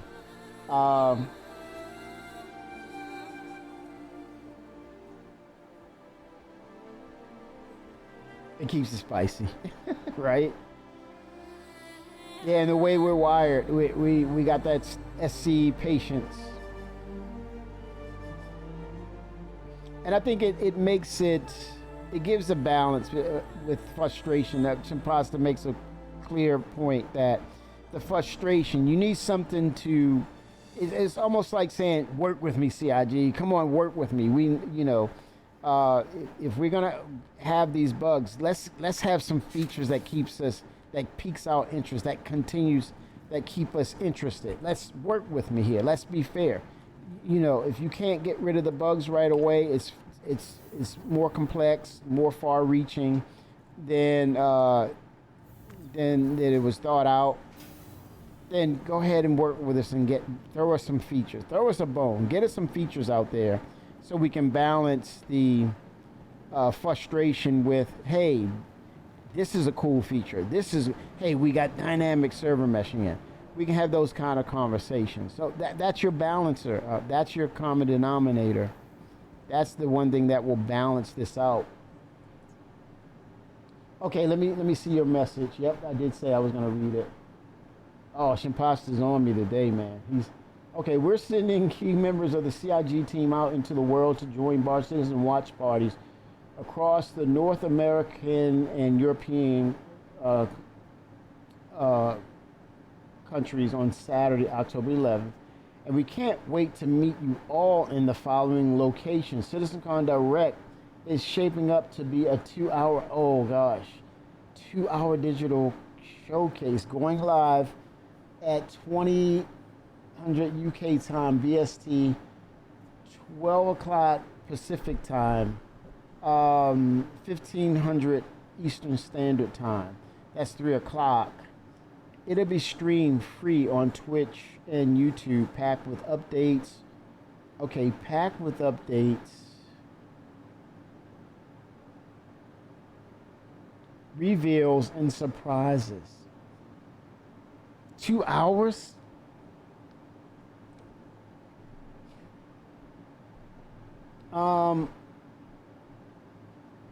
I'm thinking these are features that if I had to be a betting man, no, it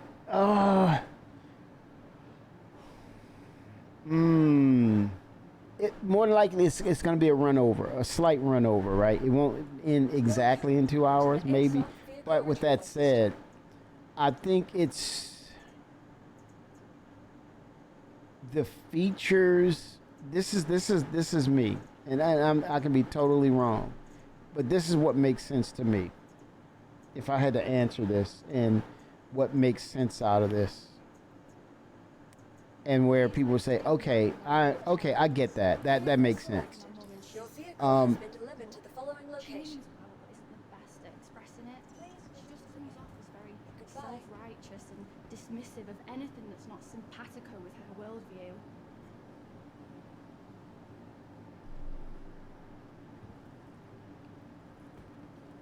What was that about?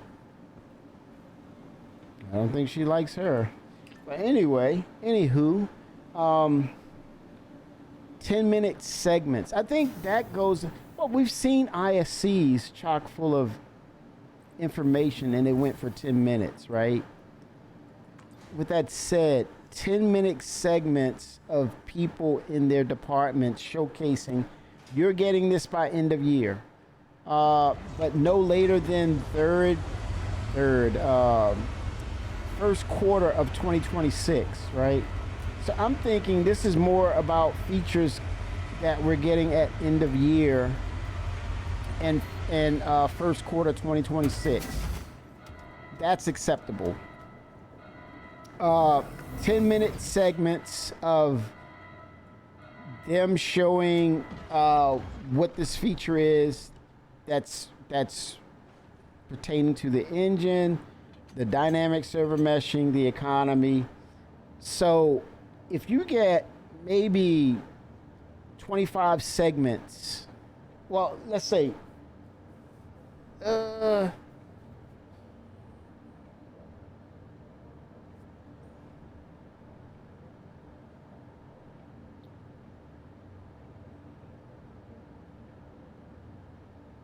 $120 minutes, right? Damn it, man.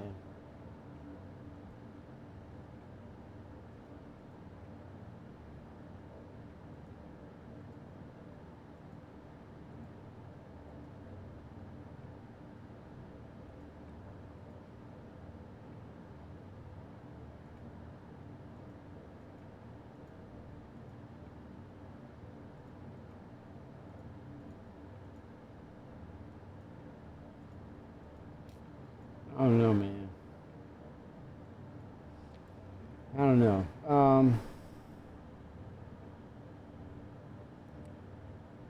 Maybe 9 to 10 items that's so crucial to what we're seeing. And you're going to include, so you're going to get, let's say if they were 10-minute segments, and 10 minutes for Squadron 42 release date, maybe some of the stars come on and say, hey, we're ready, blah, blah, blah. And so 10, 11 more items. Maybe Chris gives a 10-minute segment, or Benoit, but yeah, almost maybe 9 to 10 items that they can talk about, and they make it quick, or like 5 minutes.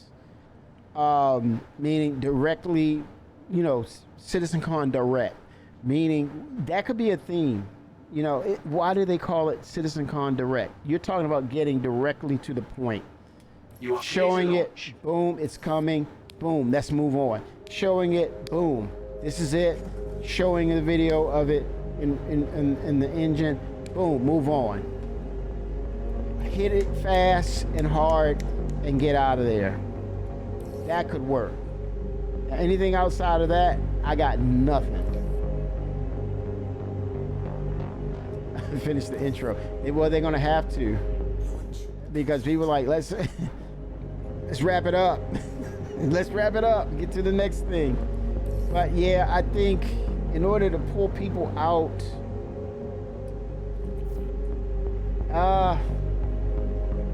it's almost like you're saying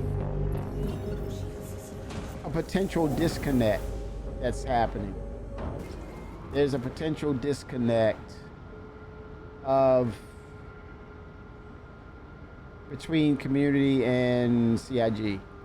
I want to lean towards substantial features coming way sooner than later that will echo, hey, look, we don't want to put so much time about us talking about it. We're just echoing that it's pretty much done. We've been really dialing in things, and that's for me, that is the only logical thing to it being a 2-hour event, is that they actually have the features ready to drop. A lot of it for this year. Hello, Coffee Gaming. 07 Coffee. That's my mindset on it. That's what makes sense to me. I know you all have great ideas out there. I would love to hear it. If there's nothing, it's like, then it's nothing. I understand. It can be a little complex. It could be, hey man, ooh, yeah, about that. We heard things and we've seen things before, but maybe this is a little different. But yeah, 2 hours. So what do you all think? What are your, okay, when I say, or you hear Shimpasta saying, hey, CitizenCon Direct, it's a 2-hour event, what immediately comes to your mind? What, you've got to feel something. Because I think for me, what, 2 hours? It takes 2 hours to gather. It takes over 2 hours to get to these locations sometimes. Couldn't be lower. Wow. Yep. Wow. I'm scared that 1 hour will be them playing Squadron. They better not do that. They better not do that. That would just not resonate. And you're saying it's just, man.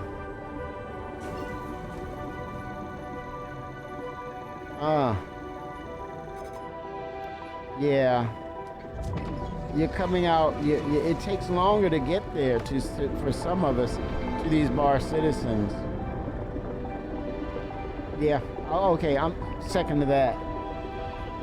I second that, Shimpasta. Dynamic meshing would be a one to say it's worth it. The juice is worth the squeeze. Yeah. Okay, tell him, Shimpasta. Tell him. I was like, what's 2 hours? That's my trip to get to Bar Citizen, or CitizenCon. So coffee does feel something. So that is the raw, unmitigated feeling right there. That says it right there. Coffee, thank you. Wait a minute, what's 2 hours? That's it right there. Everybody feels that. It scares me, man. Tell Coffee Shimpasta. Please tell him. I can't. I don't want to get him upset. You tell him. I'm going through a jump tunnel. I don't want to get. I don't want to look at chat and crash because Coffee's raging. Coffee's boiling over. Percolating. Coffee's percolating, man.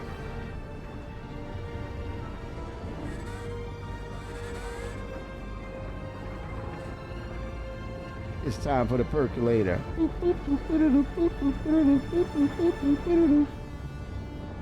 Yes. Finally here, baby. I'm home. Damn it. Took a minute. Woo. Damn. If that's a thing, man, would that be a thing? Sometimes the jump gates won't cooperate. Could that be a mechanic in the game itself? I don't know, man. Maybe that's something for dynamic jump points. Using your navigator driver or navigator ships, the Pathfinder ships.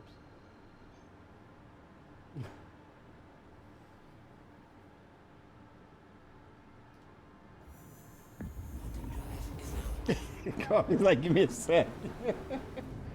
Oh, boy. Yeah, go ahead, Coffee. Take your time. I tried my attempt to I tried to segment it, Coffee, of like directly right to the point, hence the name CitizenCon Direct. No, Coffee, I think it's just the lull. This is that time of year when they go into CitizenCon mode, and now we're knowing it's going to be a 2-hour event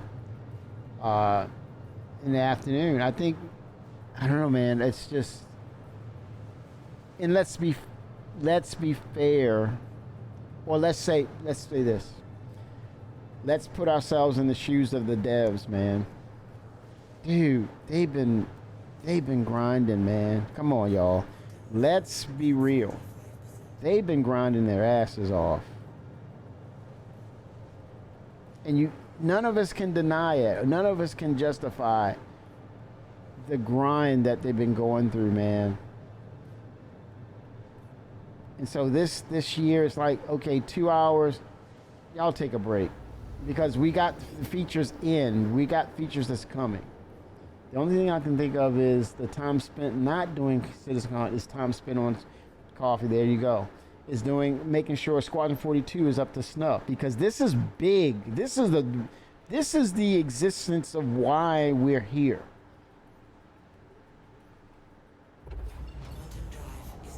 There you go, Coffee. I like that.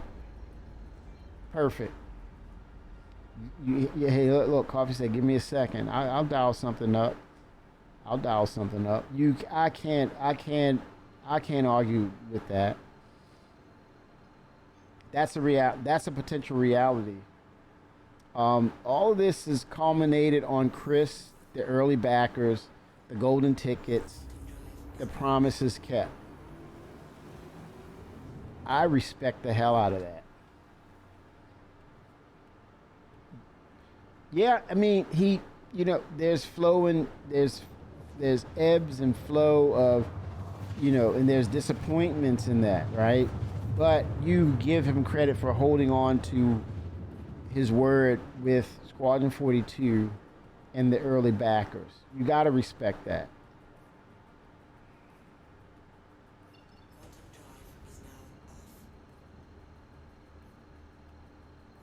A playable demo, yeah. And so you're creeping into the territory of what Shimpasta said. Man, this is 45 minutes, man. I'm about to go off up in here, man. Shimpasta's like, man, Shimpasta's I'm taking a flight to Manchester, man.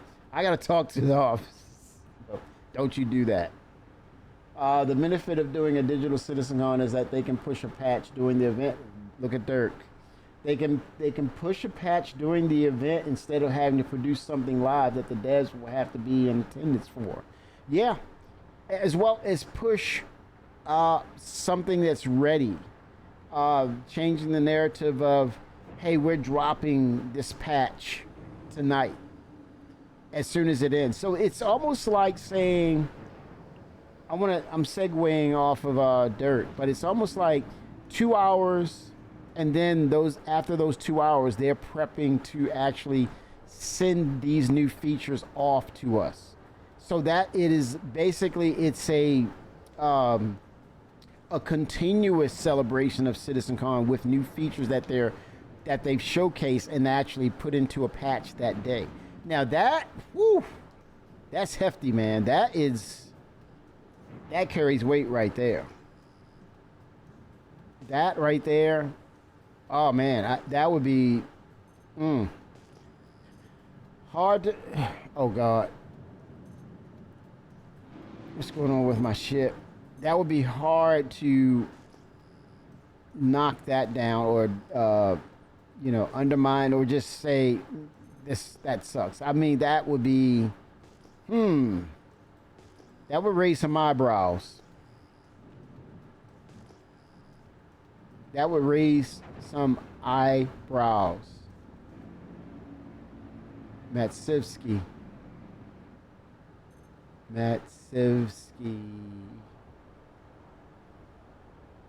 Yeah, the entire year for Squadron 42. So, Coffee, you're talking about 2026 release. Or 27, if you said the whole year.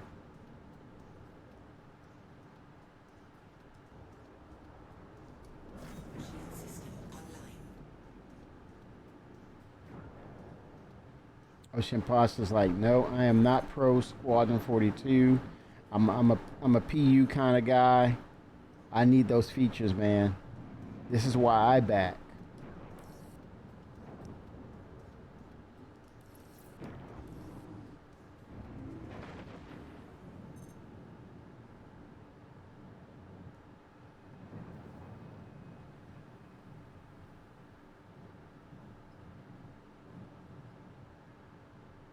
Yeah. If they took next year, all of next year to just do polish 2026, I have no argument with them. But you got to give me something to work with, CIG. I need that planetary tech, and I'm your advocate. I need that planetary tech 5, or else there's going to be a mutiny. Hey.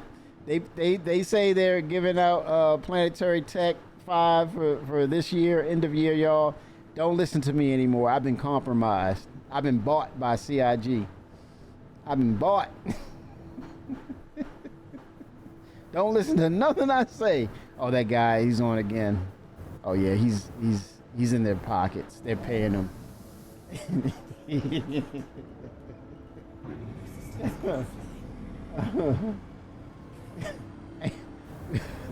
Imposter's giving them timelines. You're gonna hit that buzzer. 15 minutes is almost up. I can see him in the audience. Cutting over to him. Like, what the hell's wrong with that guy? Wrap it up. What is he talking about? Cutting into my PU feature time. It's about that bottom line, baby.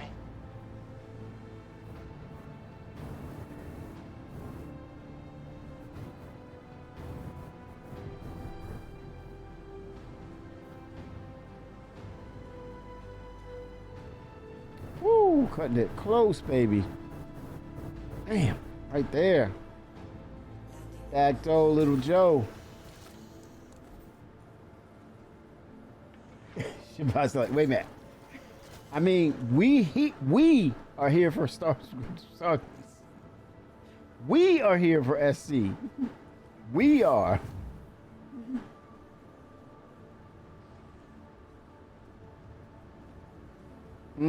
Squadron 42. Okay, I see what, but you see what Coffee is saying. You see what he's saying, because it's also, you know what, that is man, facts. Listen to the concept of what he's saying. Seriously, they did say, and we knew that almost just basically the entirety of the team, right, have been working on Squadron 42.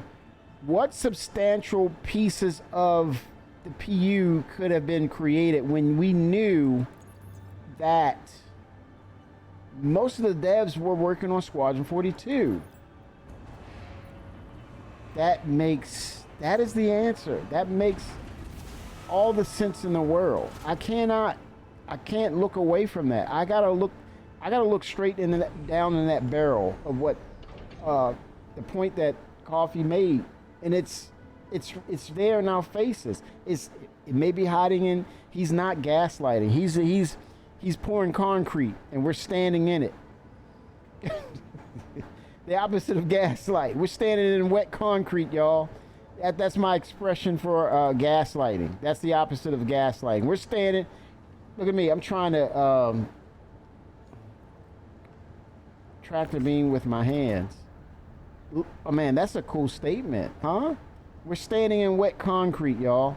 That's the opposite of gaslighting.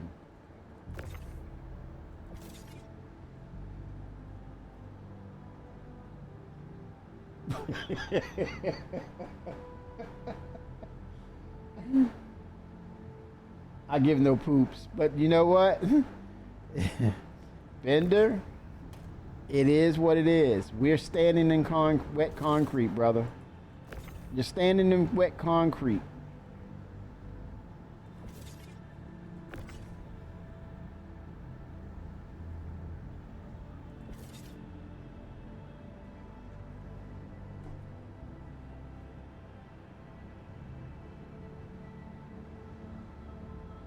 I mean, when you are done with 42 and you go over to the PU and see how much is different, you will understand. Well, not much is done. I mean, it explains it. And this is the whole point of why are we going into a 4-hour event when actually they mostly worked on Squadron 42, which is the priority. We're not listening to them. But yeah, we got to change the narrative, man. Change the narrative. You can't expect content from Star Citizen. And we knew going in, that's it. We got to listen. We got to listen. It makes sense. Thank you, Coffee.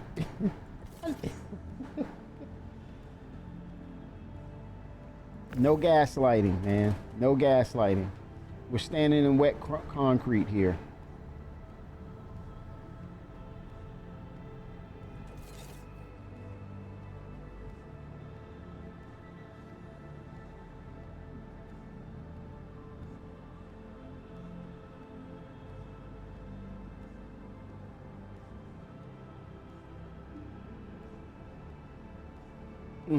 Yeah.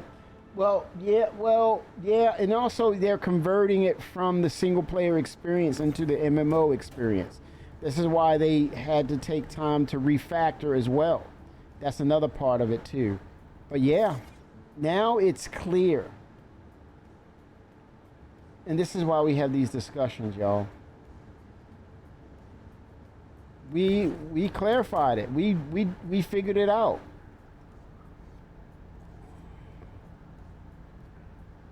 Once we got past our emotions of it and just brought objective factors into this, it makes perfect sense. It lines up. It lines up. So, yeah, a 2-hour event. Hello.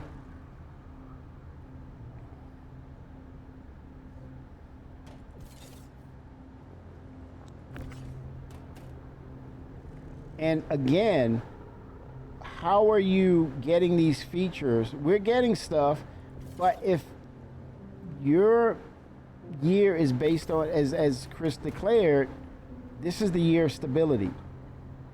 We're not getting substantial. We wish it's on a wish list, but yeah.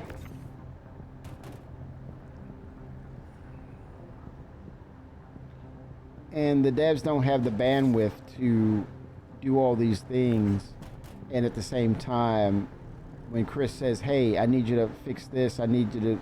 We've identified this for Squadron 42." You're gonna drop what you're doing. So why invest in?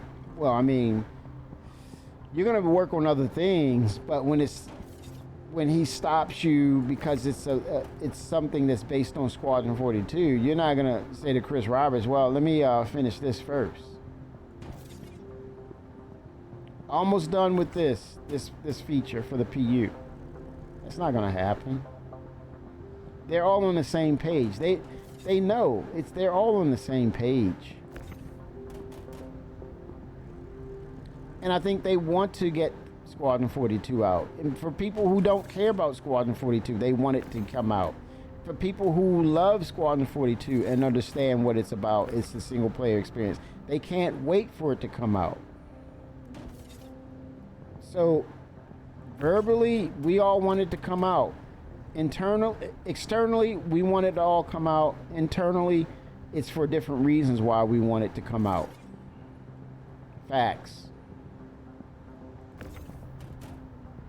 So at least we can agree to disagree, I guess. It needs to be in our hands and done. At least chapter 1.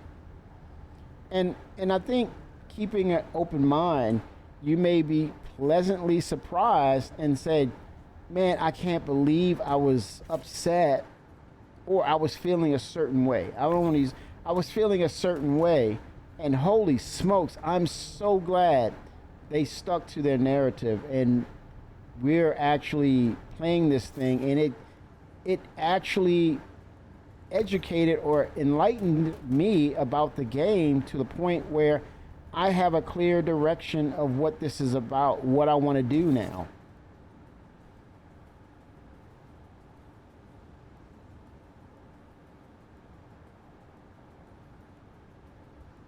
Yeah, Chris was that's where he got the acting bug, Coffee. I think it was beyond that. It was prior to that, because for me, when I started getting into PCs, PC gaming,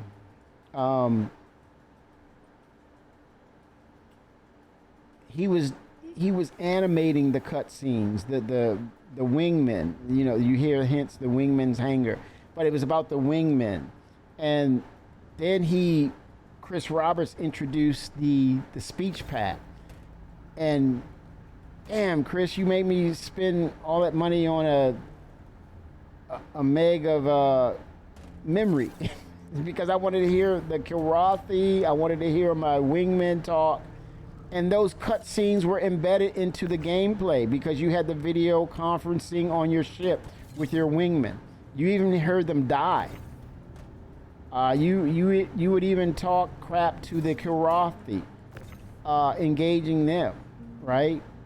That was the and when you would come to dock your ship, right? Because it was between campaigns, and you would basically see the narrative, see the story build out in conversation. And then, lo and behold, the CD-ROM 1X, the 1 speed came out. FMV, that acronym for full motion video, came in. That was the beginning of Chris leaving gaming, because now he had the director Hollywood bug of directing stars, and then he met his idol,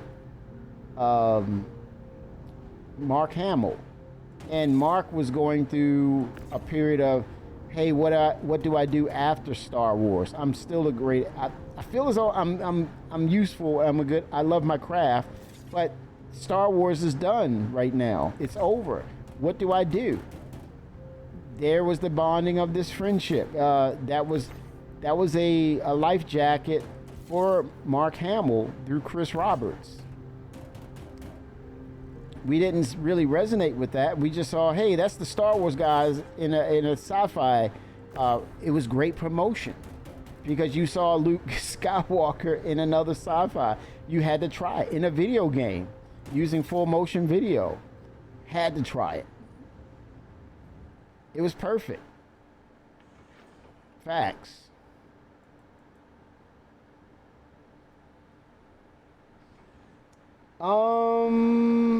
The Joker came out in '92. Yep. So yeah, the Batman animated series. But before that, he also did the Flash series, right? Where he was the trickster. He was starting it, and that was the DC. He was introduced into the DC universe, and they were hearing his laughter as the trickster, and it was old footage of him as the trickster, and you're like, wait a minute. And fast forward, he auditioned for the animated series, and they were like, well, what do you know? This dude, he killed it. Rest is history. Kevin Conroy, the best Batman voice ever. Rest in peace. Awesome job, man. And he will not reprise that role to honor Kevin Conroy. So, yeah, iconic, man. And now we're going to get Old Man Coulson. It's not over. It's not over. Yeah, I'm ready to see it, man. I want to see Old Man Coulson. I want Squadron 42 because of the nostalgia that was Wing Commander for me. That's me revisiting. That's the successor. Hell yeah, I want to play Squadron 42. It's Wing Commander all over again for me. That changed people's lives, man. It got me into computers.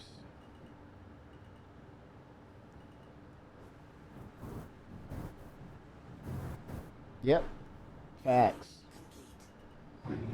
Each of us have a story to tell. Each of us has a different narrative. This is why we're here. We hold each other up. We help each other through processing things, bring reasoning to things. Thank you, Chris Roberts.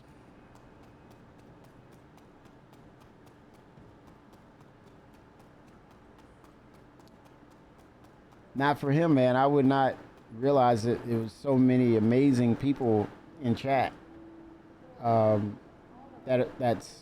It's what's right with the world with you all. Welcome to the ASOP vehicle return. Thank you, Chris Roberts, again. He's employing a lot of people. They're living their dream job. They didn't expect this kind of challenge, but damn, they're getting good at what they do. They get a chance to be creative and do something totally different, and they have longevity in what they're doing. He's keeping people paid. It's about that bottom line, baby. He's putting food on the tables of families, and they get to make video games.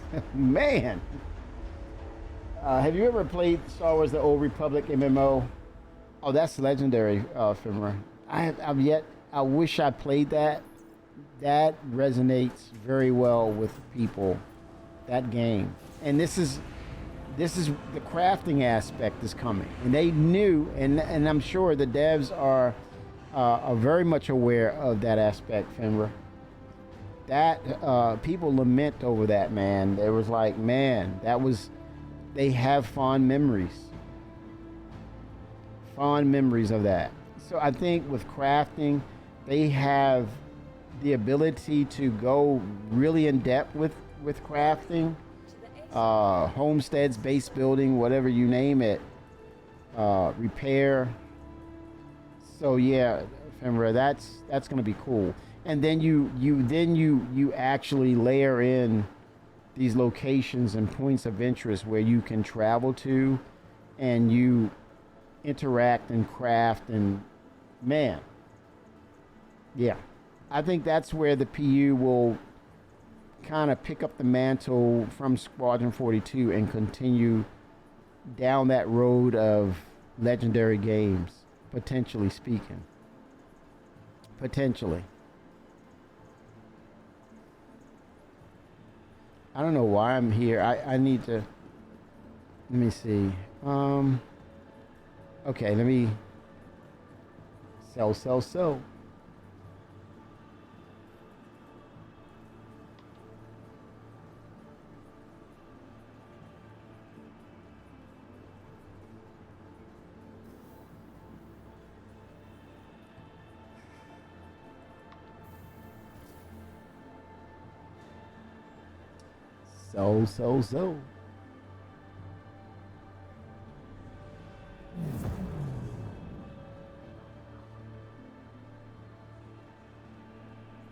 Want your company to be in good company? Our corp's unique vertically integrated corporate parks offer amenities such as resource sharing and logistical. I had a person see this game and they were hooked instantly. They were like, "What is this?" Again, there's so many people that don't know what Star Citizen is. Again, it brings to the forefront why Squadron 42 is very important. Can you imagine? Let's say, let's play What If. What if none of us knew anything about the persistent universe? And let's say they had an opportunity to do it all over again, and Chris had all the funding he needed right off the jump street, had the devs that was needed to push everything forward right off Jump Street. How cool would it have been to be introduced to Squadron 42? You come into that experience, and then you walk yourself from those chapters over into the persistent universe. My gosh, man. My gosh.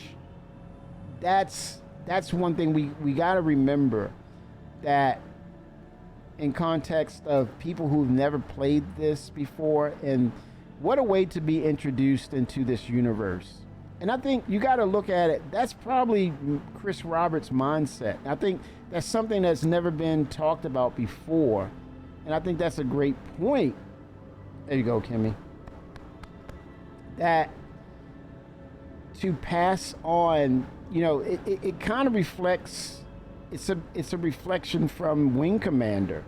When you played Wing Commander and you went through the chapters, then you were introduced to Privateer. It's him revisiting, bringing the past into the future, but yet at the same time, people who did not experience that, what a time for them to get into the game now and not know what it is, and get introduced to Squadron 42, and then it segues to 1.0, or it's something close to 1.0. Now I'm talking great about the game. Now it's about to freaking crash on me. God dang it. CIG, man. I just, was that 4.3 live? Hello, what's going on? It better be 3.4.3 live. Come on now. God dang it. Every time I want to talk. Oh.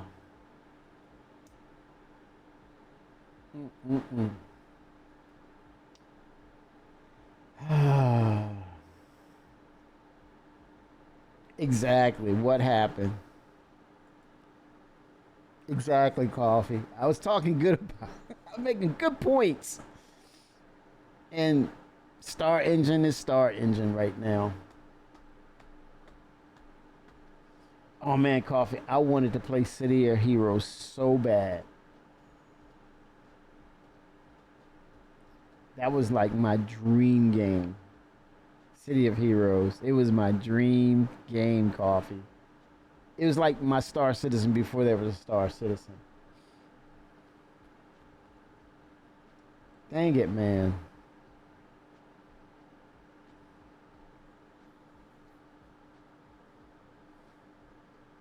Okay, it's gonna verify. This is a great time to do a bio break. Be right back. Briefly, hold on. Man, I was just talking so good about you. No.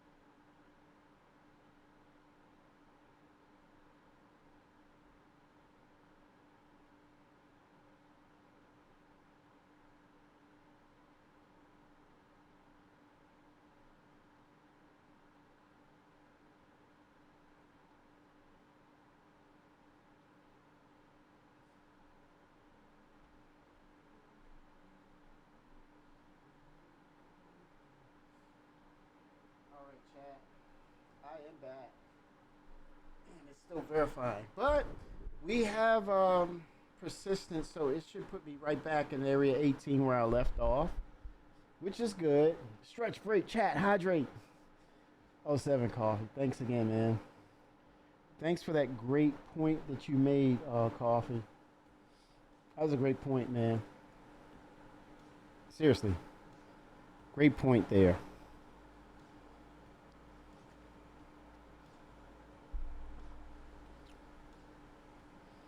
And my acronym to that is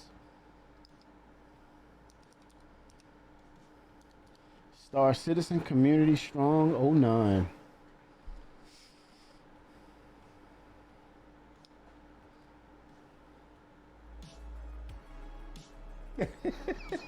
Right?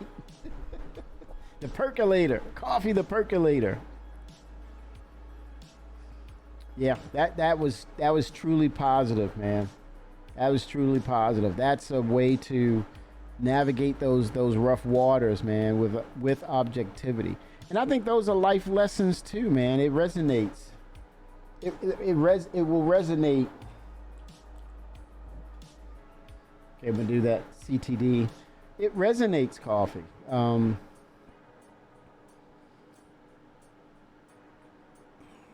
And I think CIG can learn from it too. They can just, hey, look, this is where we are. This is what's going on. Or I see these issue councils. We have to navigate this way. We looked into it. It is we don't have the bandwidth, but we will continue to do what we need to do. We'll circle back. We'll put a pin in it and we'll circle back to it. Simple.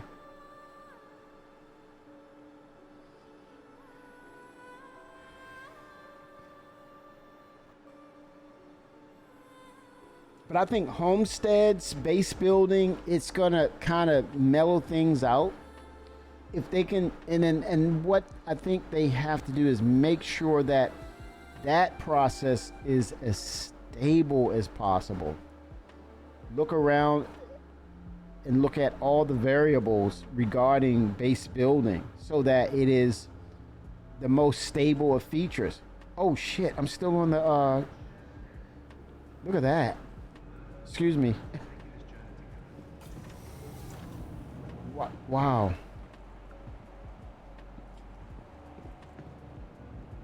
Convention center. Wow. Tram now leaving the station. Stand clear of the doors. In honesty, should have been expected. Jared said they were skipping SitCon Live because it's been busy. Did people expect an 8-hour show? Guilty. Be honest. Guilty. Hey, I did say thank you for that clarity there, Coffee. It makes sense.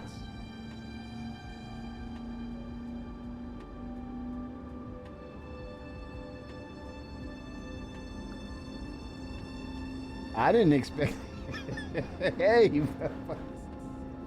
Well, what about 4? I'm going to go with 4 and stick with that. 4.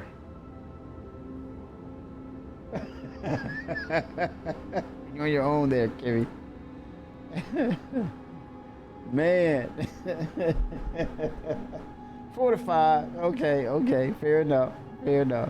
Yeah, 8 hours would have just been crazy. But yeah, I was thinking 4 to 5. No, but honestly, it tells you they are working on Squadron 42.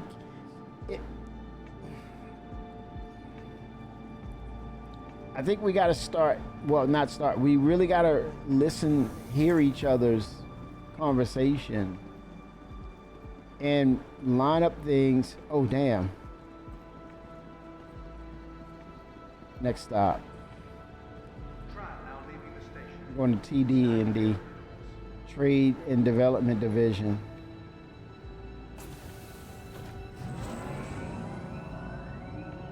Warning, lethal. He's got, oh man, look at that.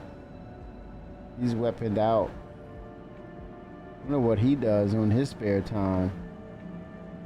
Man.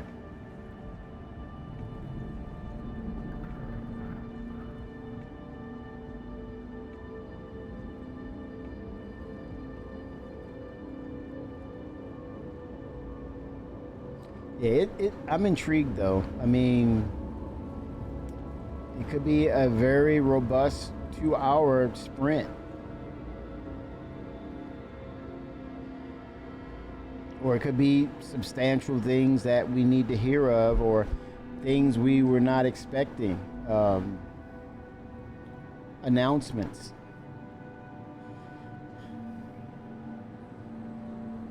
For early next year, presumably.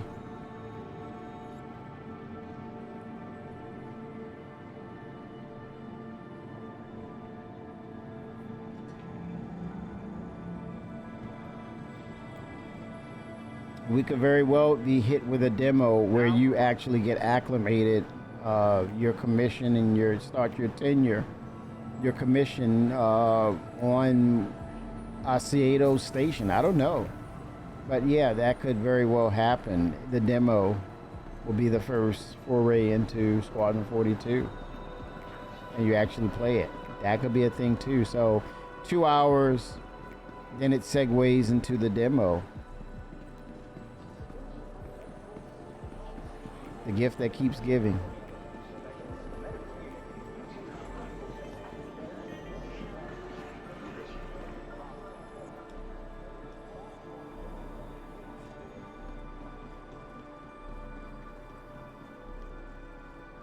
Hello. Hi.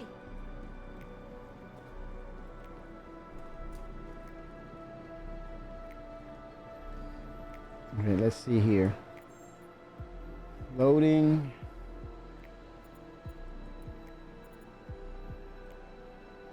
Area 18. All right, here we go. Materials.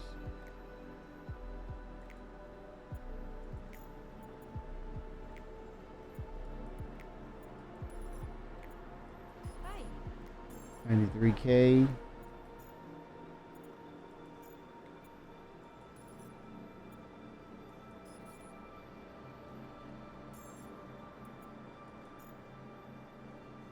Everything good? Everything's good.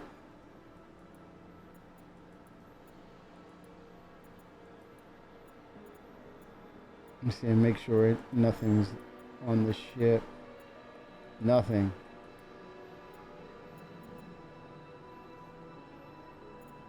Okay.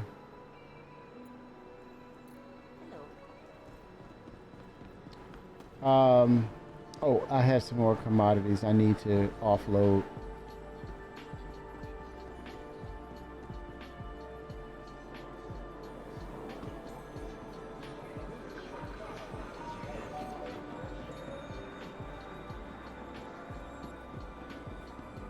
Yep.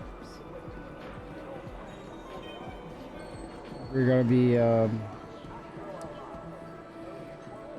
well,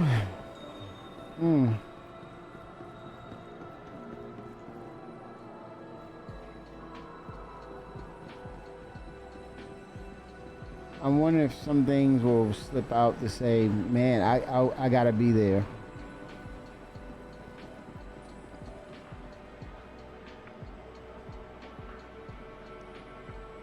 City Flight is proud to be the official transportation service provider of the Arcor metropolitan network. Well, this is the longest I've seen it in a while. Minute and 30 seconds.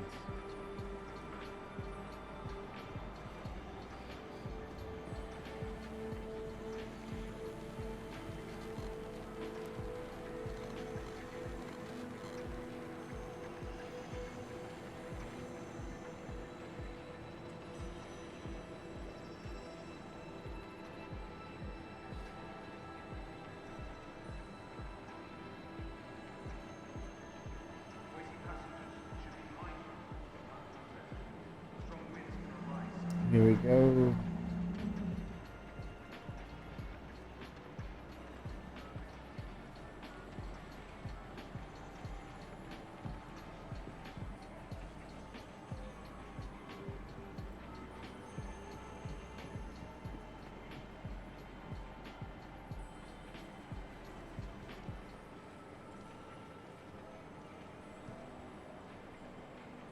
Yep. Let me see if there's any messages today. With convenient connection times across all major commercial areas of our car, city flight is business travel made simple.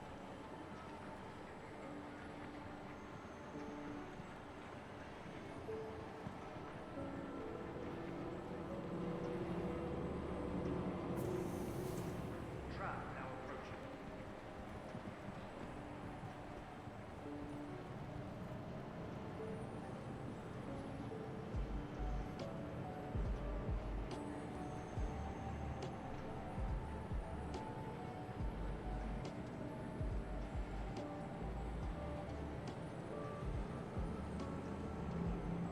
Waiting passengers should be mindful of the platforms there. Tram now leaving the station. Stand clear of the doors. Tram now approaching.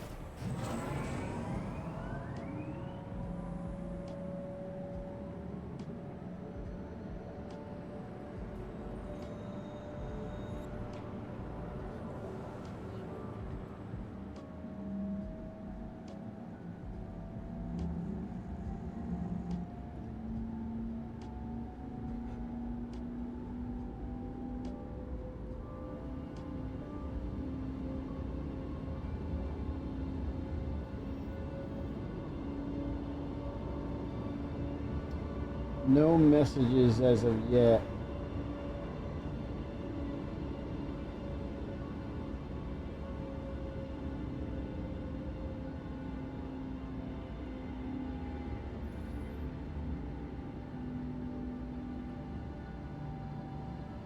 Now arriving. Hmm.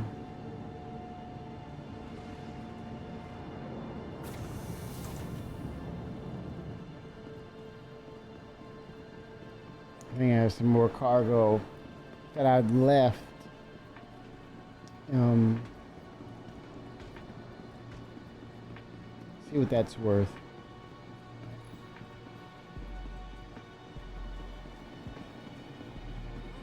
But while in the Stanton system and on our core, all UEE common laws are still in effect.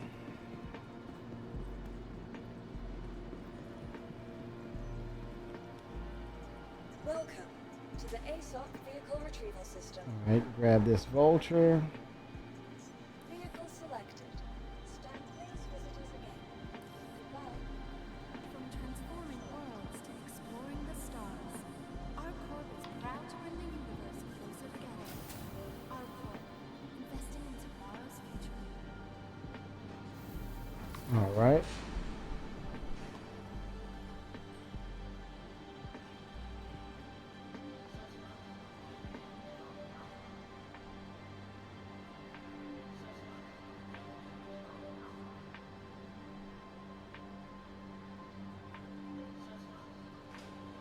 Let's go, let's go.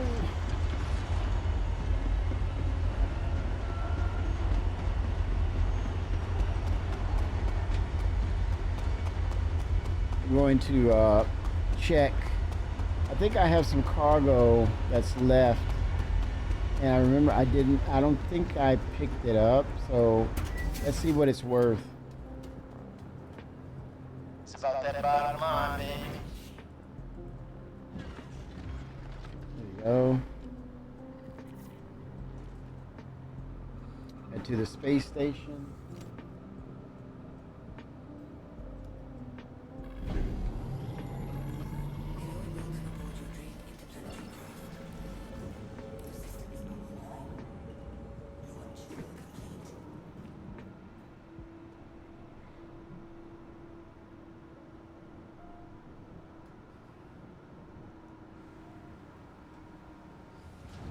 Here we go.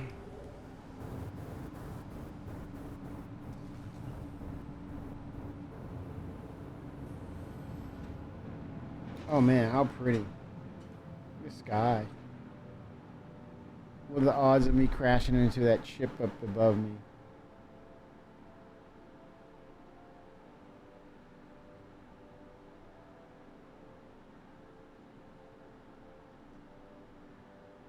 Wow. Views are sick.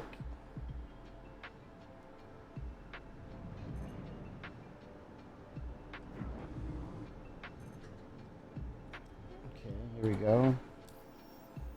I kind of suspect that I do have some cargo that I did not deliver.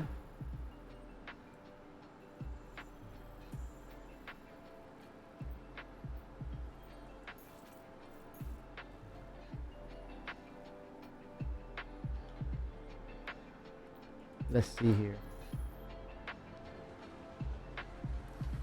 Man, those views, man. Insane.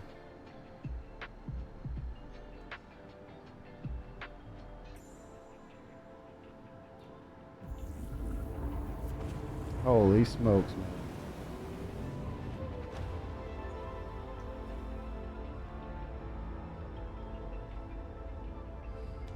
Give me dynamic server meshing, Citizen Con. It's a wrap. Drop the mic, Chris.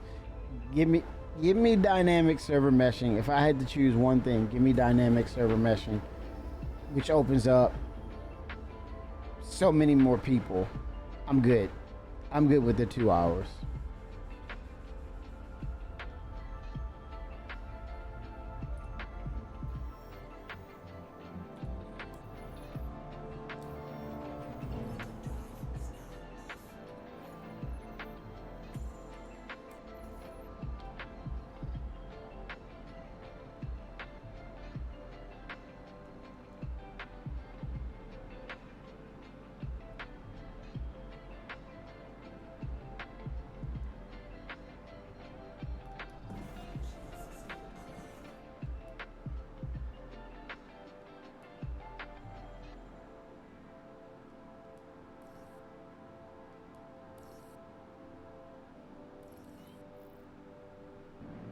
Here we go.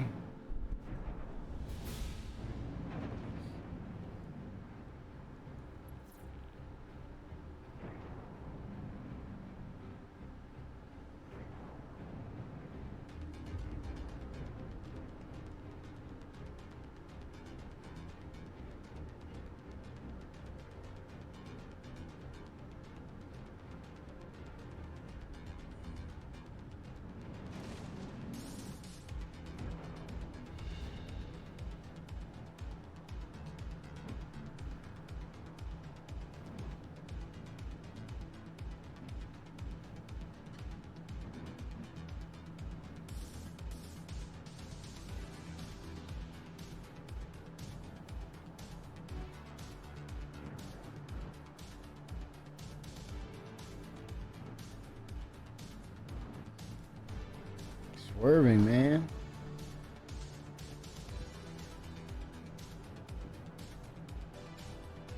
Okay, I'm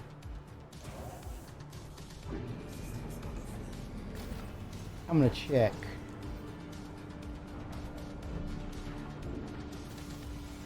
Going to check.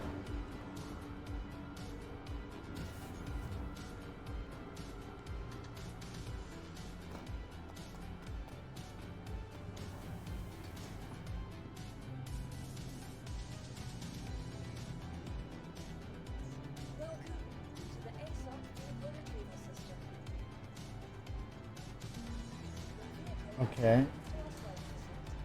See if a ship is here. No.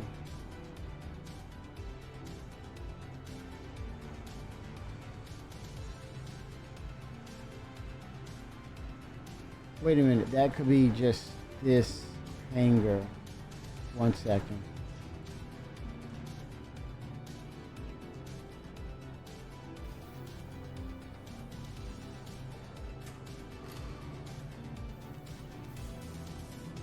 Small hangar.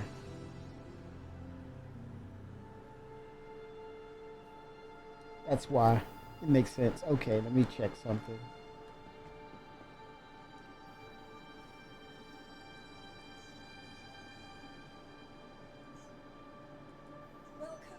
Check 2 places. Okay, there.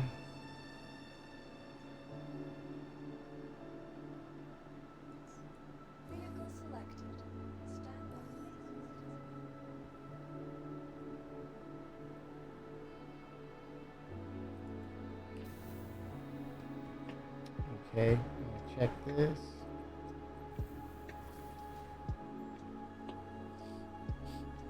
And then, if there's nothing there, then it can only be in one place.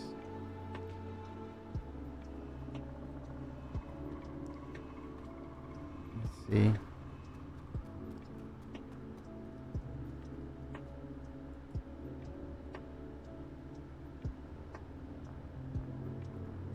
Okay.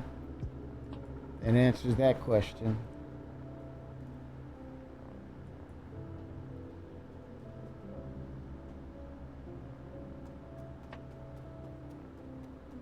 Okay. One more spot.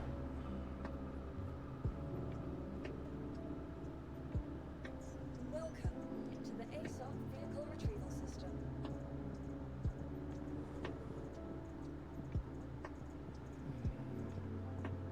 Your vehicle has been placed.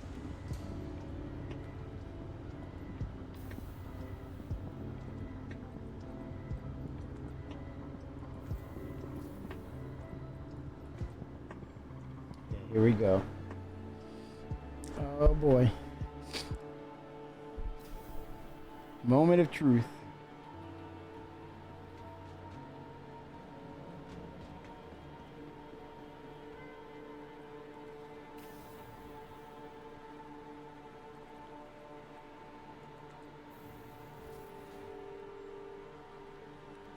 Here we go.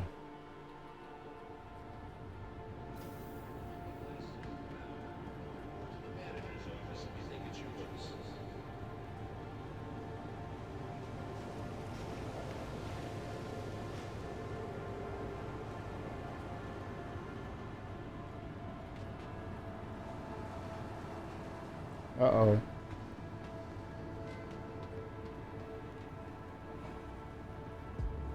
Okay, here we go.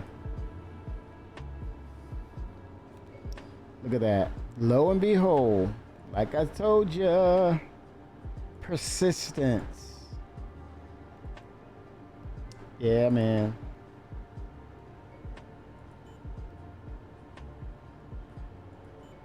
Holy smokes. Woo!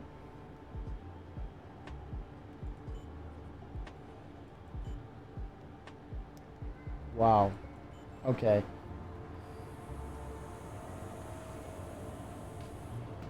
And Bender, he helped me, and I didn't pay him at one point, so I remember I gotta pay him, because that's what we do.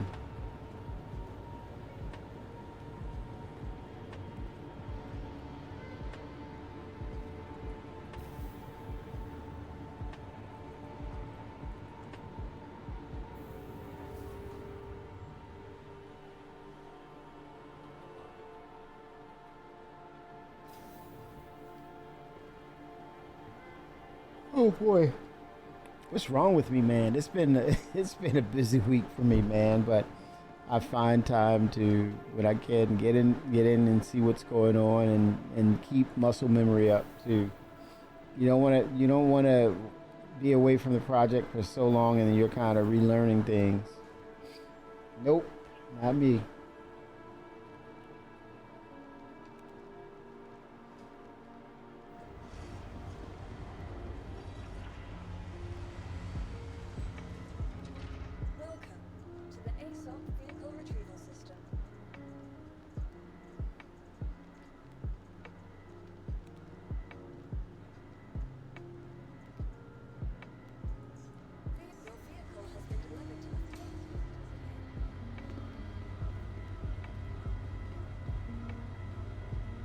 Well, that's annoying. Audio, hanger audio. I wonder if that will change.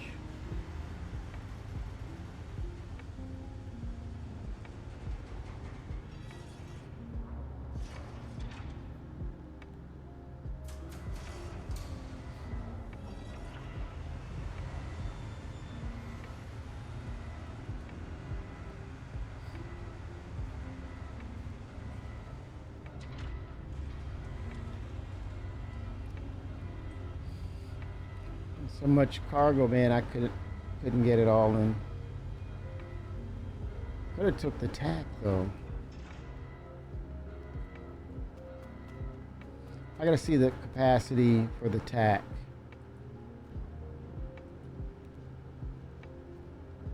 There we go.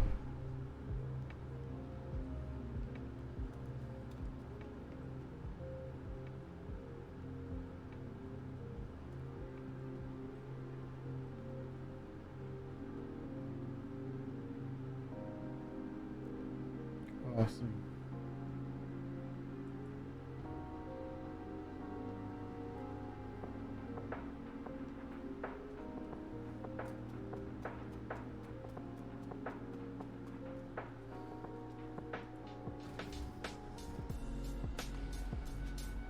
So it runs.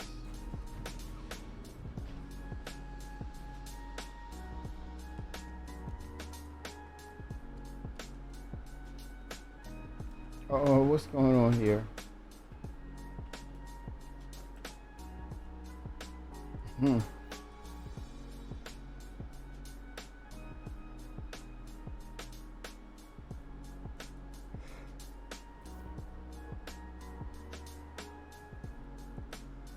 Go up, go up. Here we go.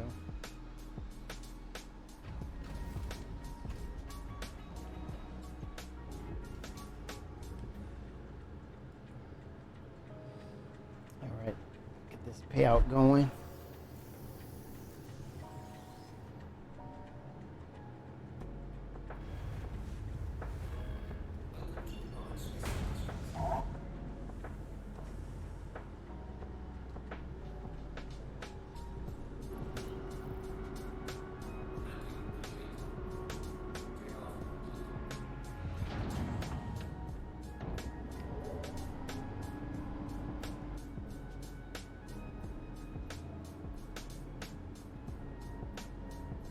Here we go.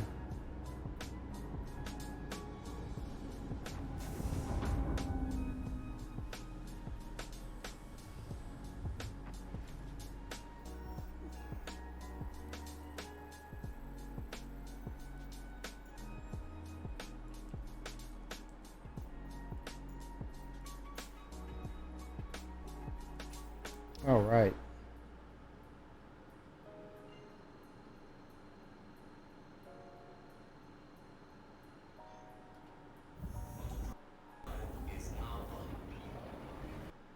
Oh no, it's gonna crash again. A lot of crash to desktop. I'm not gonna verify. I'm just gonna go right back in. CTD 4.21. Let's go right in, man. No mucking around.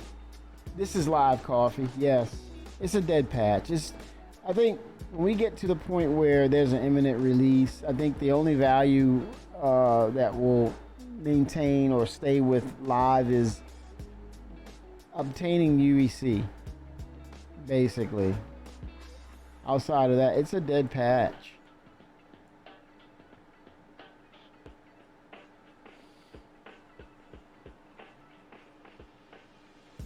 Pretty much most of everyone moved on to 4.3. There's Crew. He's in the game. He's playing the game. Oh, wow. Crew. 07 Crew. That's awesome.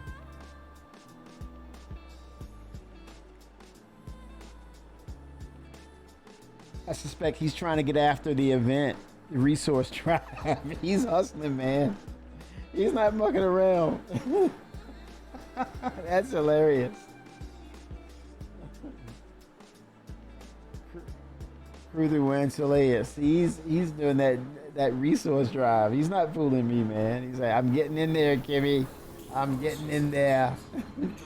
I'm from the down under and I'm getting that drive. I'm getting it going there, Kimmy.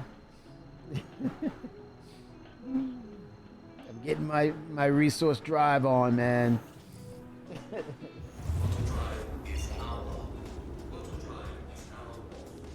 All All right, let's get to area 18. No, no penalties here, man. No fines.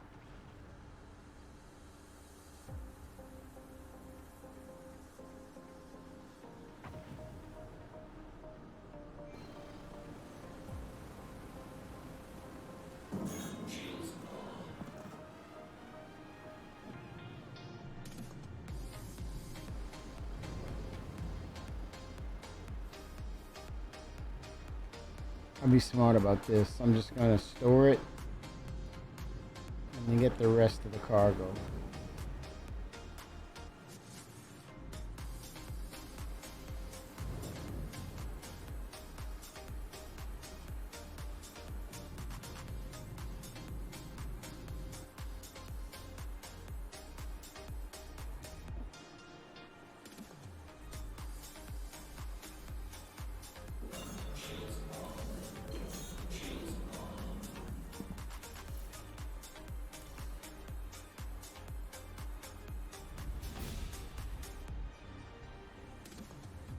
There I am.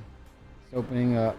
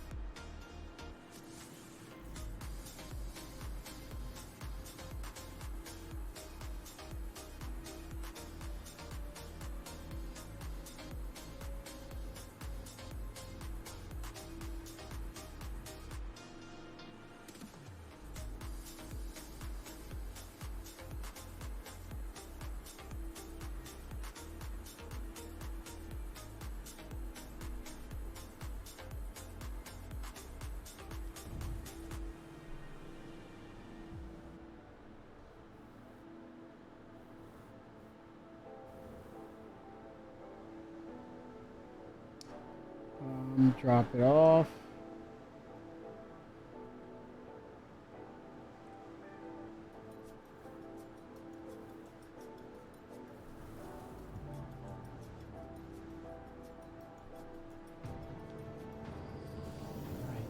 Roll the sleeves up.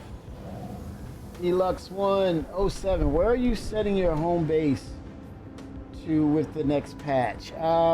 I'm area 18.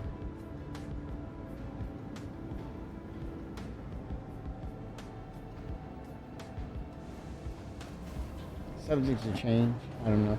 But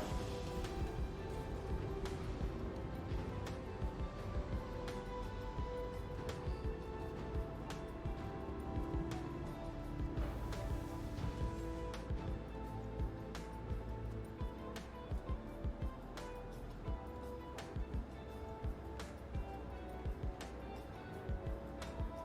we go.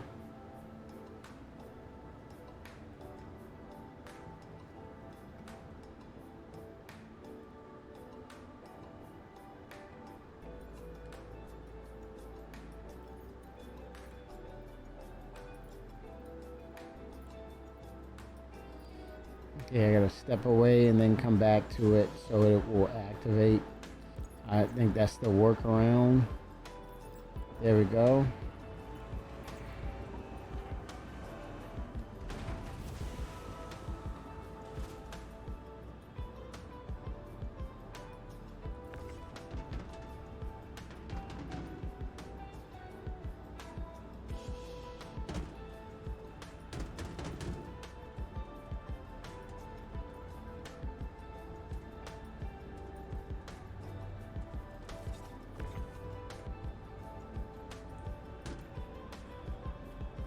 Get the mission done.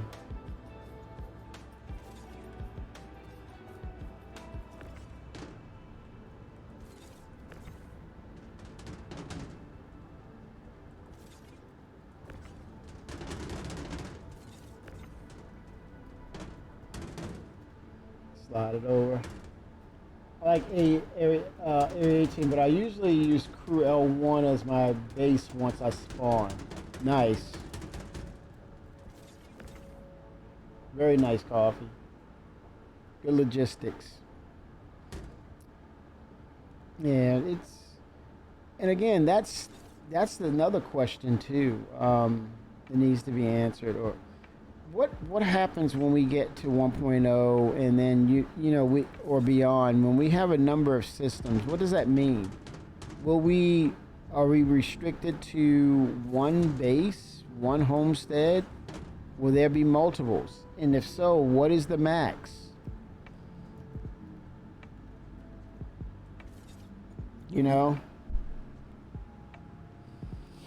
Why Crew L1 coffee?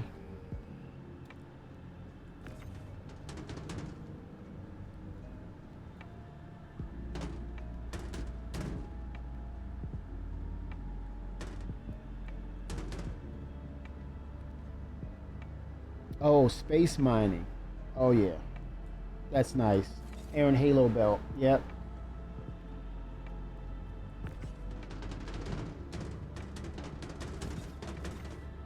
I think that was when CIG, prior to them changing directions with jump points, that they wanted to make it a force of nature as opposed to we're going to put a structure around it like Stargate 1.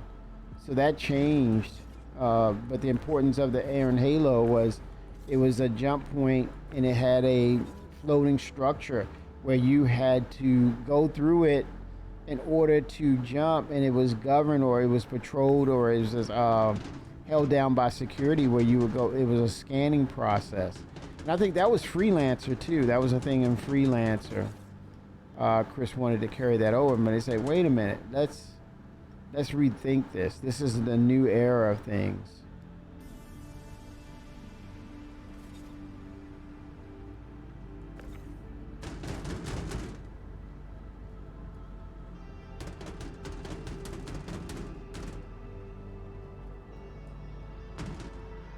Aluminium.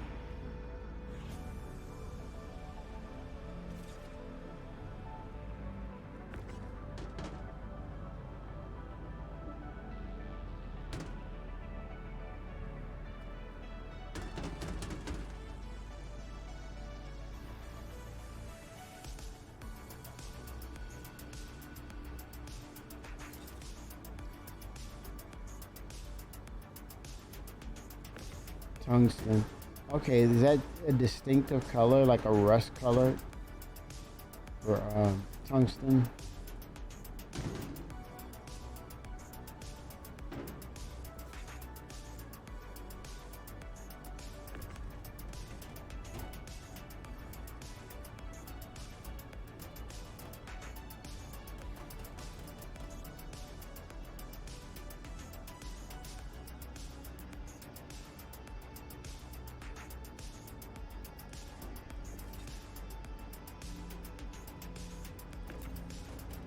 Here we go.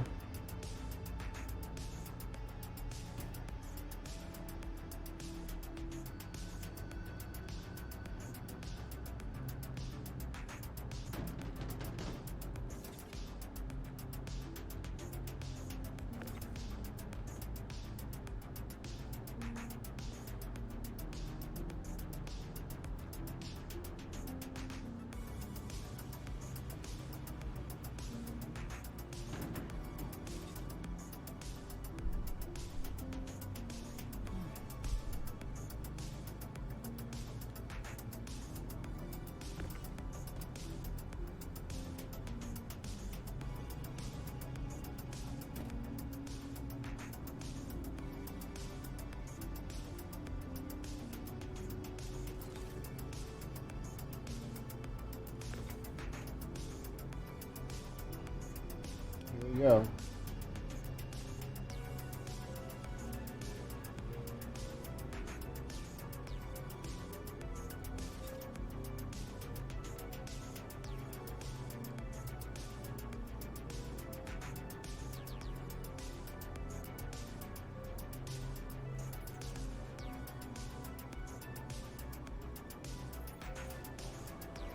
Okay, transporting it.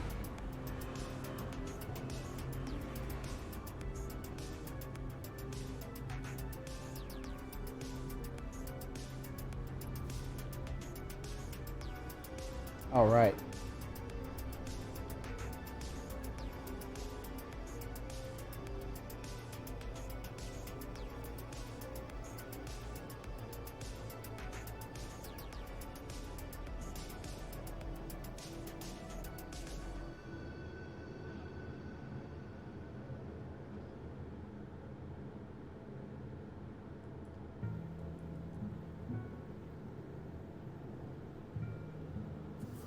All right.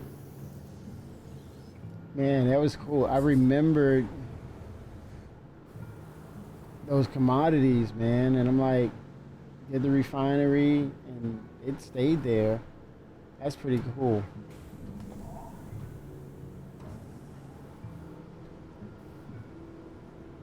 I think that's what we're going to see with the economy system. It's a slow drip of changes. So it's not really dynamic. It's just it allow supply and demand requests be fulfilled, and then those adjustments will trickle after that. So there's no great speed on how fast it should react to what's going on. It should be a slow trickle of changes regards to supply and demand.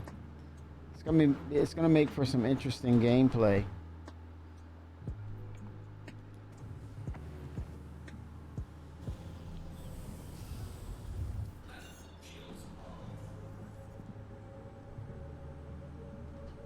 All right.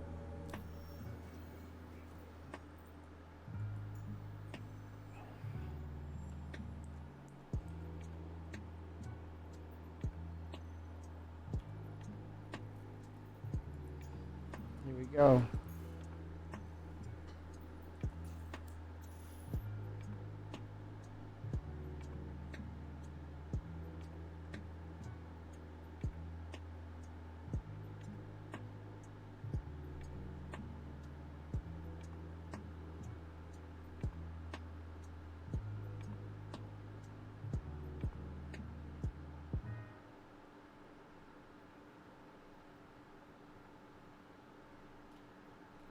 Disabling Atmo.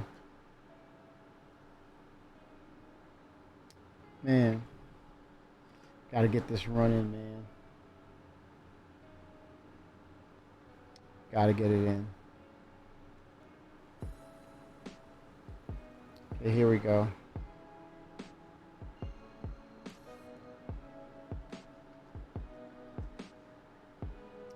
So probably Vulcan maybe next week. Middle of next week.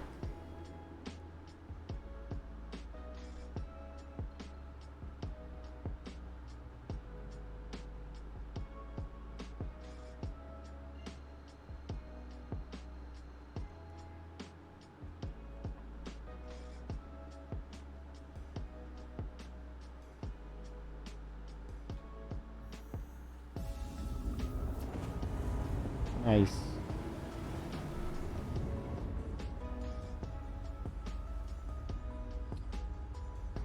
Cool. Get that load. See what it will pay out.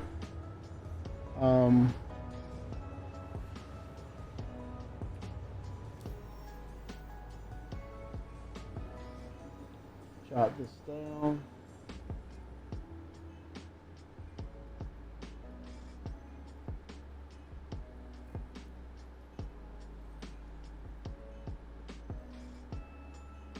Okay, have that number. Perfect.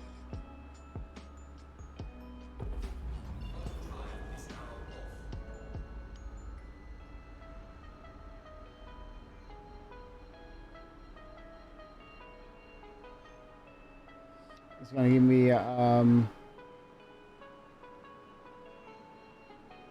yeah, coffee. All the L1s will have a refinery. L2 has a refinery as well. Arc L2. That's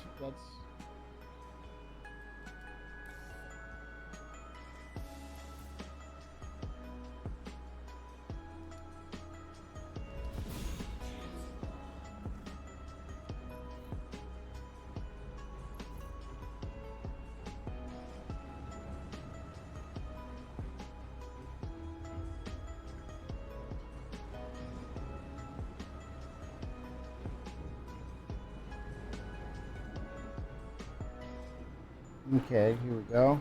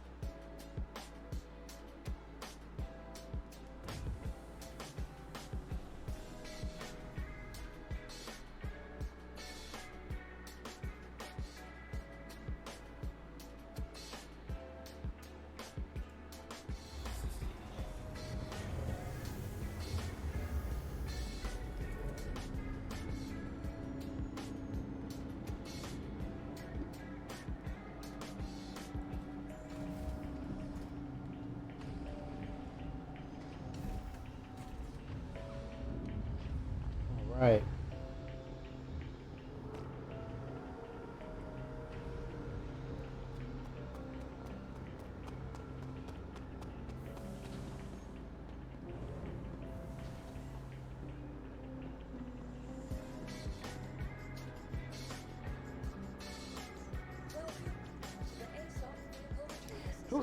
Chat, who has watched the Aliens Earth TV series of yet, if you're in that genre? I think that's a great opportunity for CIG to kind of get inspiration on new tech and atmospherics, environmental, just a refresh on sci-fi tech. I mean, that's an art in itself, and it's just, as a artist, it's always great to like look at it out of respect and admiration and inspiration too, because it's really cool to see the work put into that, and I think Star Citizen, it meshes well with those visuals and potentially the narrative now, because that new mission giver, man, let me tell you, man, I do not do that by myself. That is, and going forward, there's a redacted creature. Shit, man. Yeah, about that. I mean, that will induce nightmares, because these visuals, man, when they start to really dial in with these creatures, these predatory-based, dangerous creatures, maybe the version of Monster Hunter will be incorporated with Star Citizen. I'm sure of it.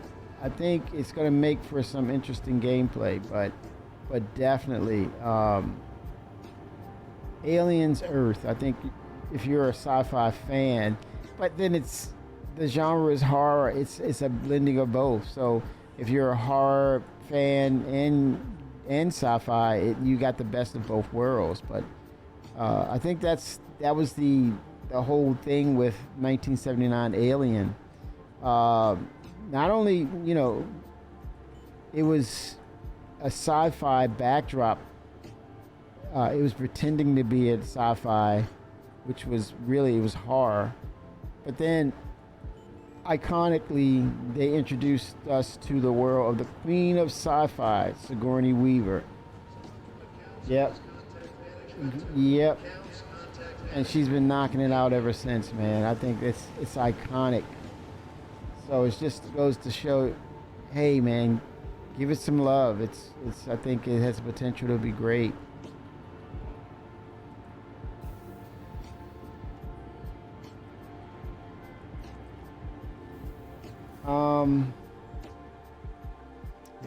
Here we go.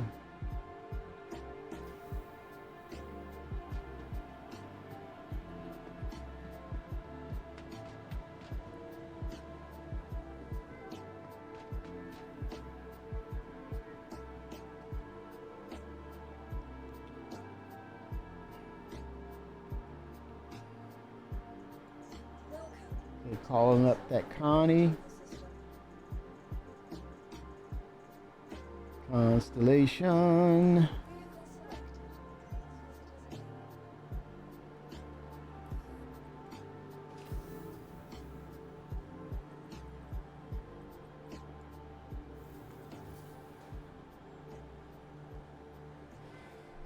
All right.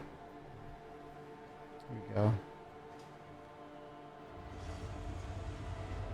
Oh, damn it. I am on the medium hanger, man. Hold on. Playing games with me now. Freaking hanger's playing peekaboo with me. Come on, refactor. Let's go. Playing peekaboo with me.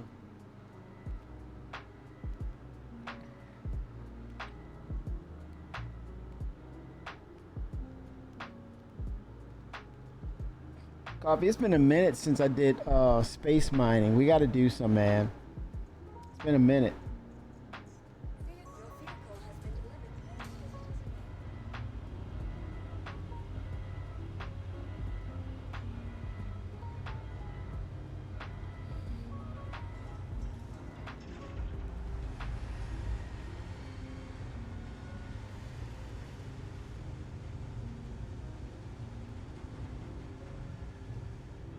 Definitely. It's been a minute, man. I can't recall the last time I actually went out in space and did some space mining. And then also the advantage of it is you don't have glare on your UI when you're in mining mode. So everything is clear. You can see the bands of overcharging, optimal charge windows, the red and green bands. Yeah, I got to get back to that. You make a great point. It's been a minute.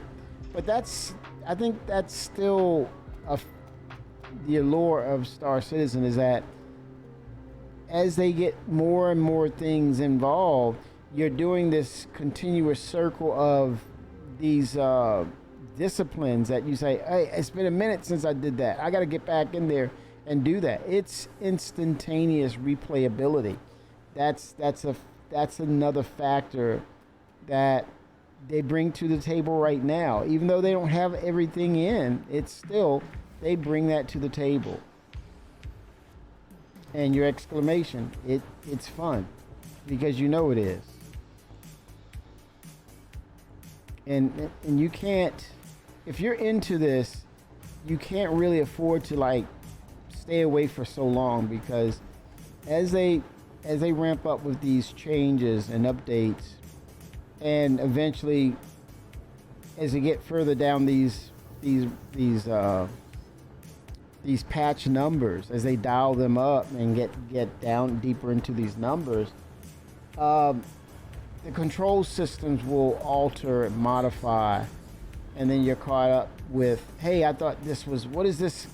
And the last thing you want to do is get in the stream and say, hey man, what was the last? I haven't been in the game for a little bit. What about that? Is that still working? You're like, not right now, dude. Not right now. We're on mission critical right now. Not right now. We do that in let's get an arena commander right now. You need some arena commander training, bro.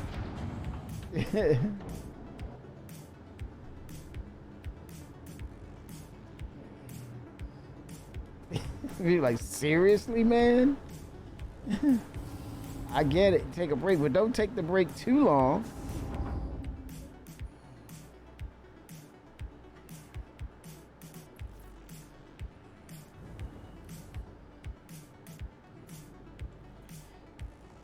All right, let's see.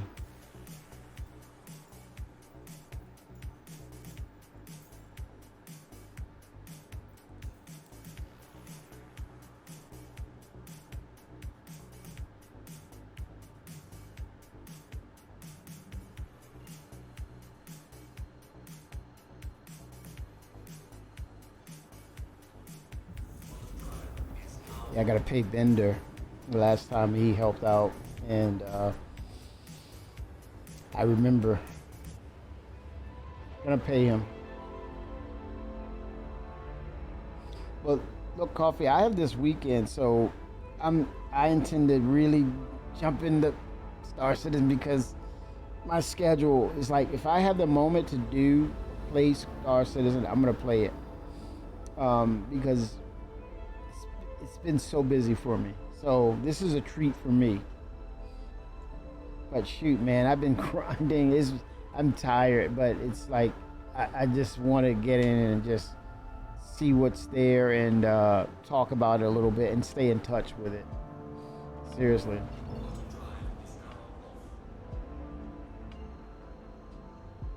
To get me an old man nap in.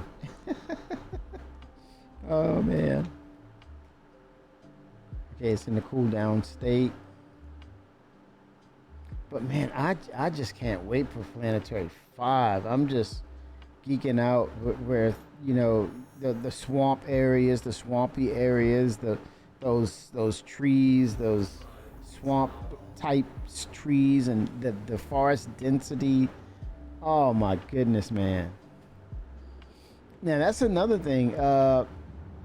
They have to come up with that feature for base building. So it's areas based on clearing.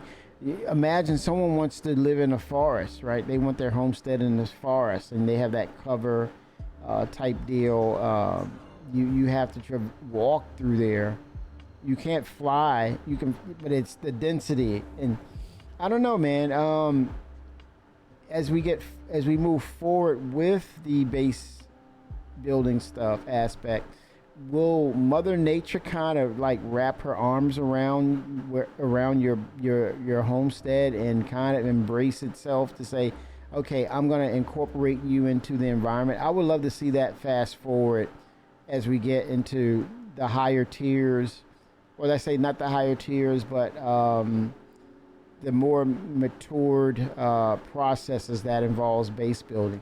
You know, snow piling up every now and then, or the foliage, you're in the jungle and the vines cover partially your home, or you can set a base like over, just like a pier or a peninsula over water. I mean, those improvements, I think fast forward, it'd be great for CIG to kind of have those concepts ready, and those discussions of, hey, what about this, to bring visual interest, because these environments will start to change and mature. So yeah, that would be interesting though.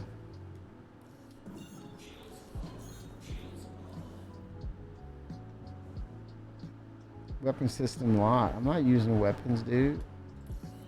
Hangar request completed.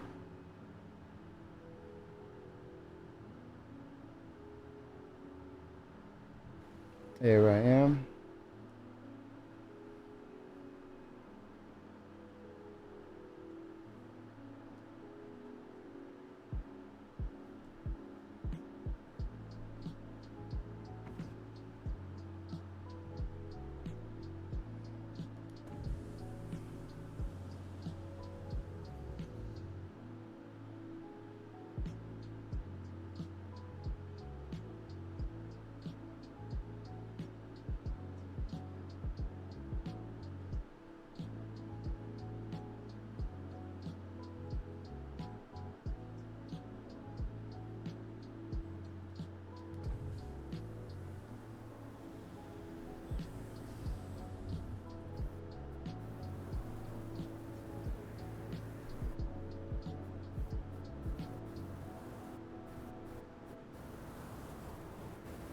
Oh, wait a minute. I got to do a drop off here. Not so fast, man. Oh, damn.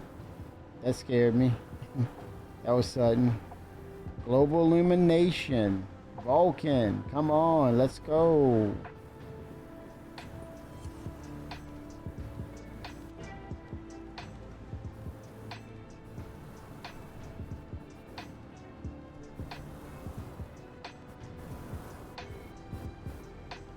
All right. Oh shit. Okay, that scared the hell out of me, man. What was my? I was disoriented right there for a second. It seemed like the ship was like, wait a minute, what happened? Because you know what? I did not turn off the power. That threw me off. Holy smokes, my equilibrium was like... Speaking of that, VR, that's coming at some point. Where's the wind? Okay, the door's open, that's why.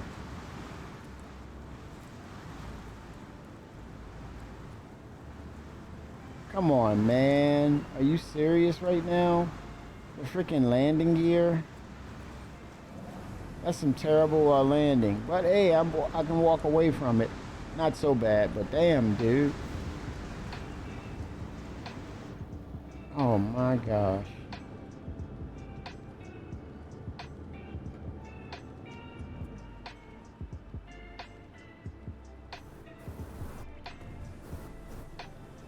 Damn.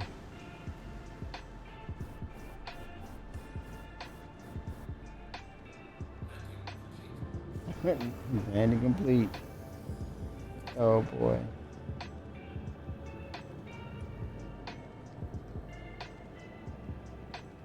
Yeah, it would be cool to have Chris in game and he's discussing. Well, maybe he's like the great grandson of Roberts, Christopher Roberts, and he's having a discussion with Admiral Bishop or something in regards to ship manufacturing and military contract. They're in the war, and that would be nice, man, if they did that. Holy smokes. But no, he's more likely he's like, nah, I don't want to get it. I'm just going to direct.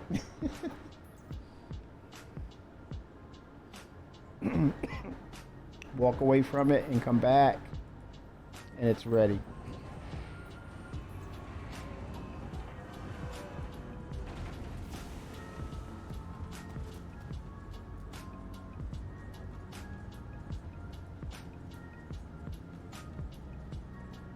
All right.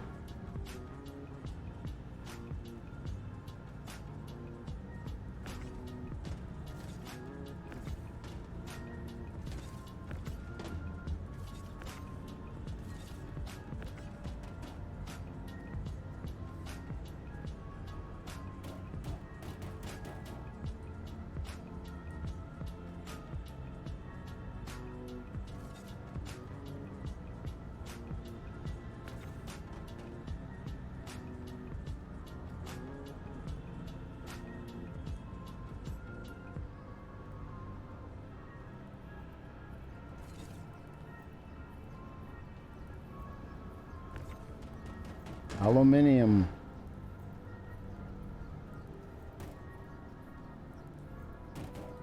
Oh, dang. Oh, snap.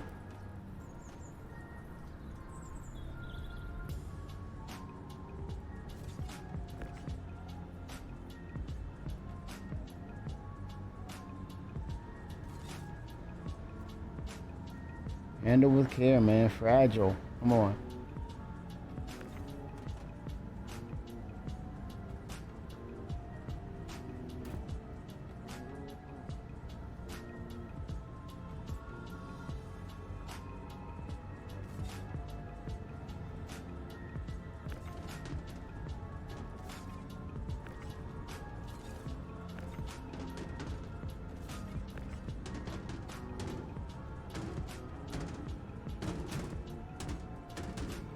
Big boy. Yep, this is...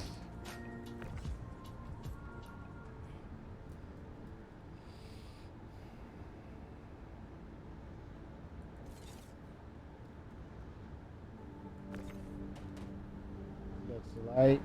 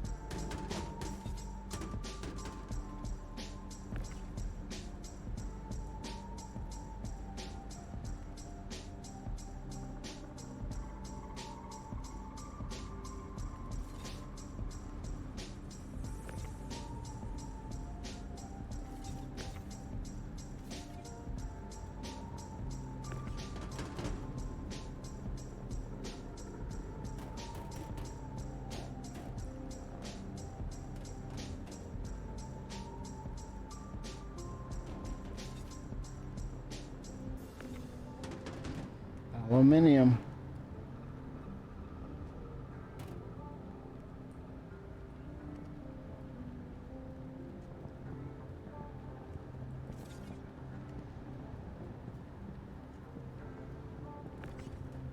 X.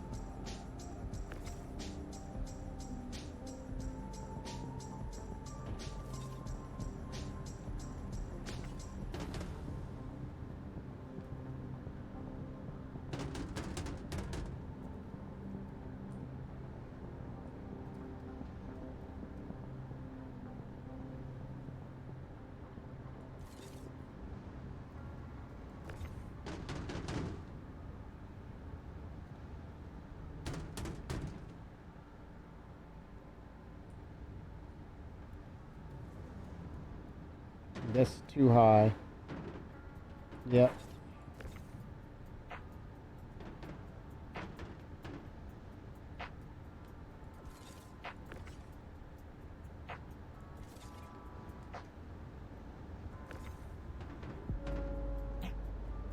Aluminium.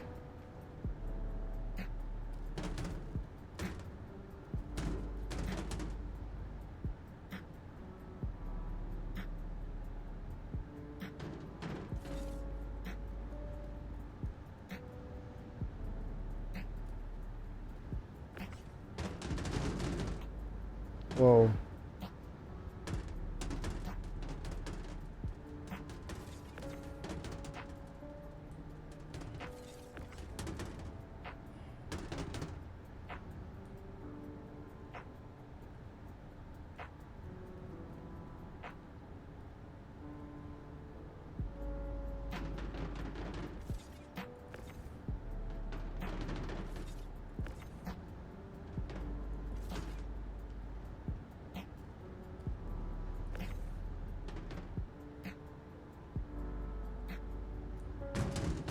Oh, damn.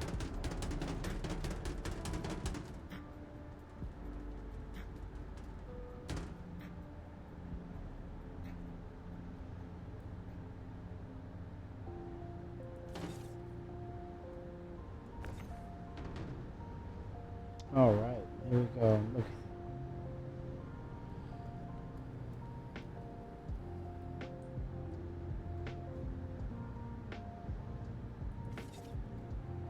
Pyrophoric 07. Happy Friday to you. Are we going live with 4.3 this evening? Tonight is a possibility. I think I'll be around for that. I'll be down for it, man. 07. I'd be down for it. Fingers crossed. I know, right? Fingers crossed. Oh, man. I think the Vulcan test will probably be next week. That gives them some more time. It needs some work. I would be shocked if it was released this weekend, over the weekend. They did the testing for it. I wouldn't be mad at them. I would not be upset if they released it.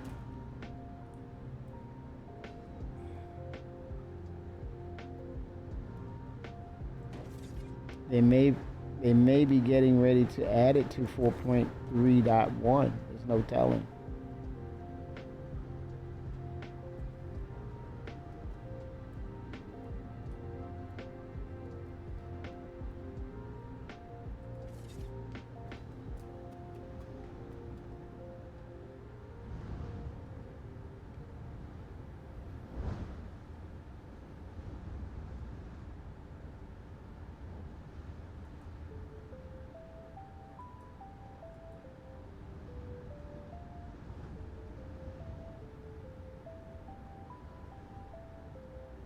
Hold on. Hey, before I forget, are you coming to join us in Austin for SitCon Direct? That is a strong possibility, Power for it. A strong possibility. But we had this discussion, man, like, is the juice worth the squeeze? In other words, you do know it's 2 hours, right? But it wouldn't be all about just Star Citizen. It definitely would be meeting up with you all.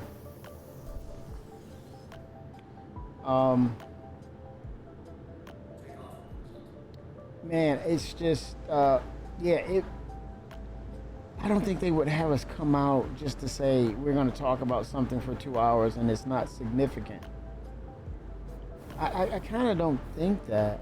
I think they kind of have a pulse on, for the most part, have a pulse on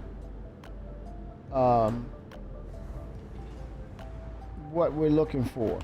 And some things they can't answer, so they just keep their heads down, and we get it, but it's frustrating, right? But I don't know, man.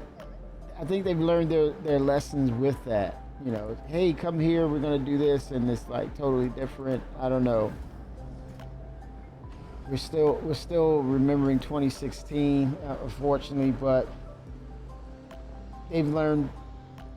They've navigated through those waters. They've gotten better. Oh, expanding it? Okay, what's the late? Okay, so this breaking news?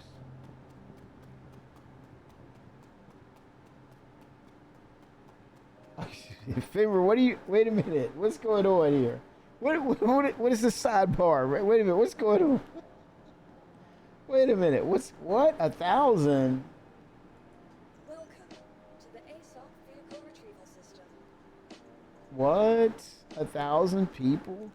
Does that put it in the category of MMO now? Are we hitting that category? And in order for that to happen, does that mean there's dynamic server meshing officially happening? Oh man. Oh wow.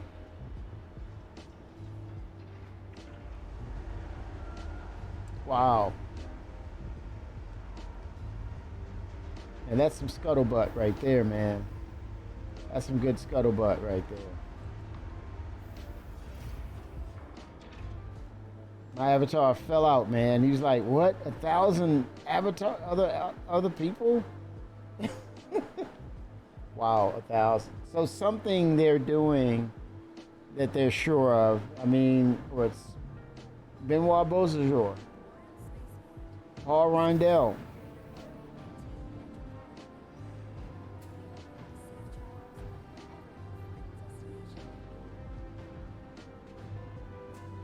Wow.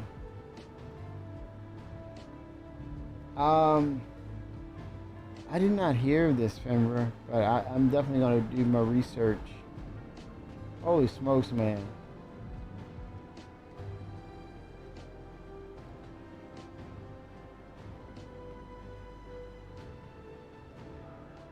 Hurry. Woo, second to spare. Oh.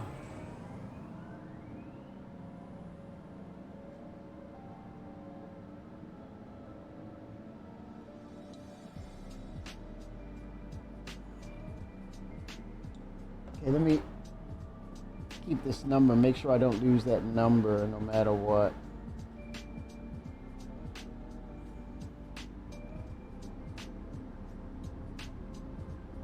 Okay, bag myself up there.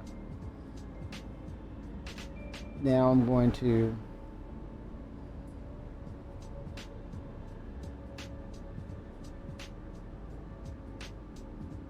oh man, that's a go. That's a go. Yeah, that's a go right there. Holy smokes. Okay. Let's go. Let's go, Pyro. Let's go. Let's freaking go, man.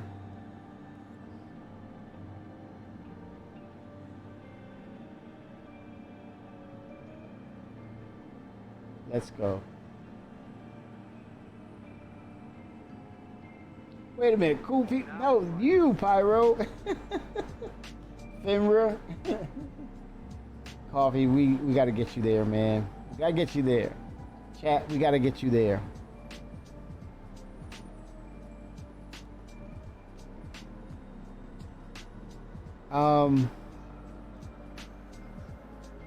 I think it's just, again, we give Cloud Imperium, we give Chris Roberts a thanks of bringing all of us together, and it's a big deal. It will always be a big deal because you have this community. Oh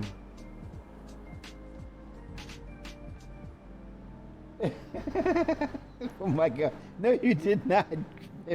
Don't do that, man. Don't. Oh no! Don't do that. Oh my gosh, man. Oh my goodness gracious. Oh man.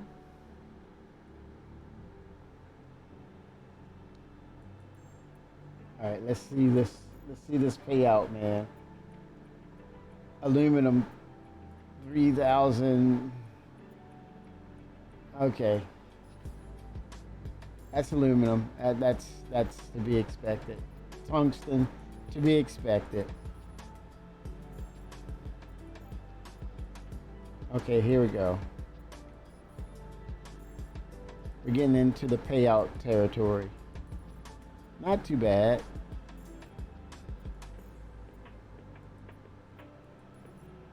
Not too bad.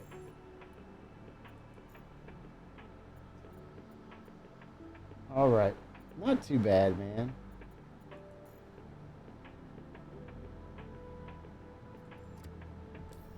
Okay, let's see.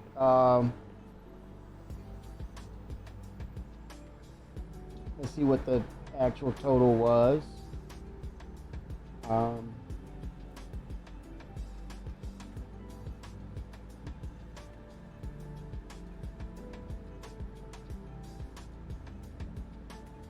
Okay, that was a total of, I made 374,378 alpha UEC.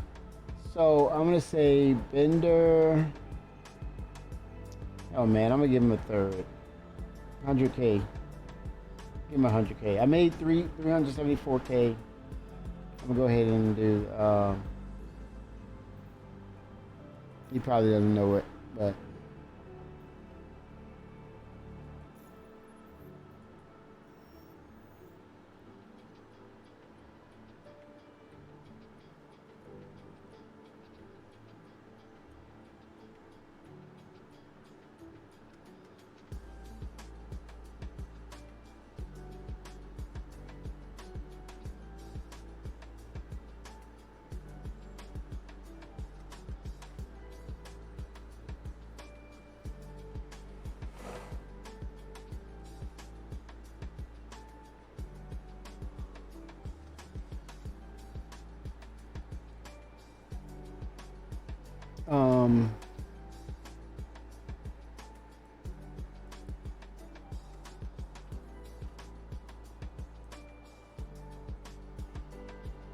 No, he calls himself, okay, I see who he calls himself.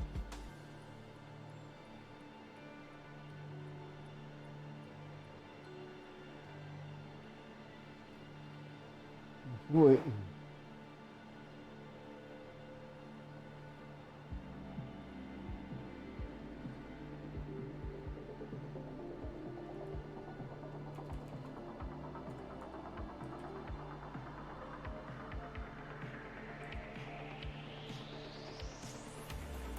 Did he change it?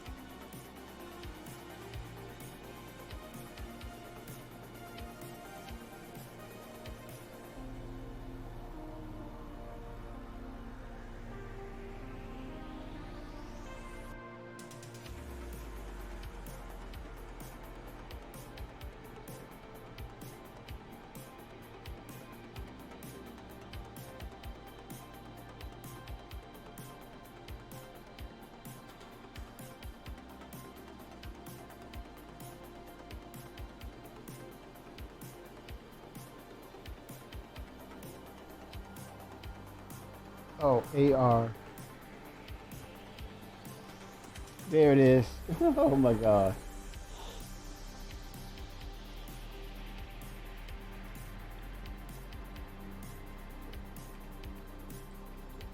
Wait a minute. Why is it doing 2? I said 1. Oh, total cost. I see that. There it is. There's his fee. All right. Not bad.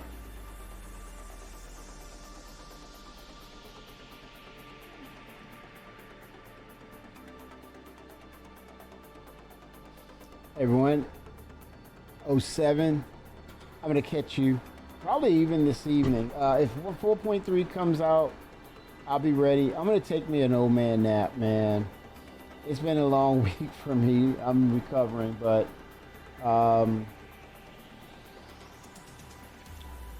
if 4.3 goes live, you better believe it. I'm going live too. Get in there, act a fool. I want to test the wolf out as well. Do some bounties, and then coffee. Let's get in space. Let's mine in space. Why not?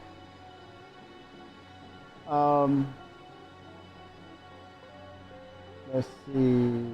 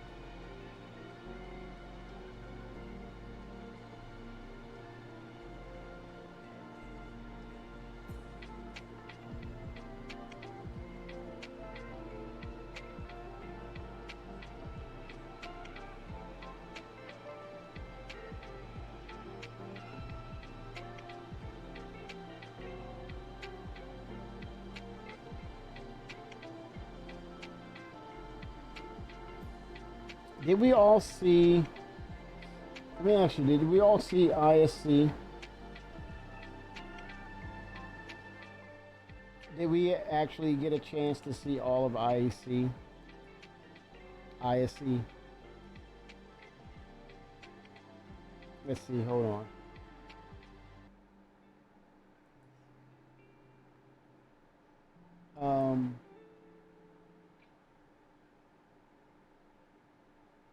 Yes, let's see. Fimber, let's do this. You're here. I think this is key. We might want to hear this.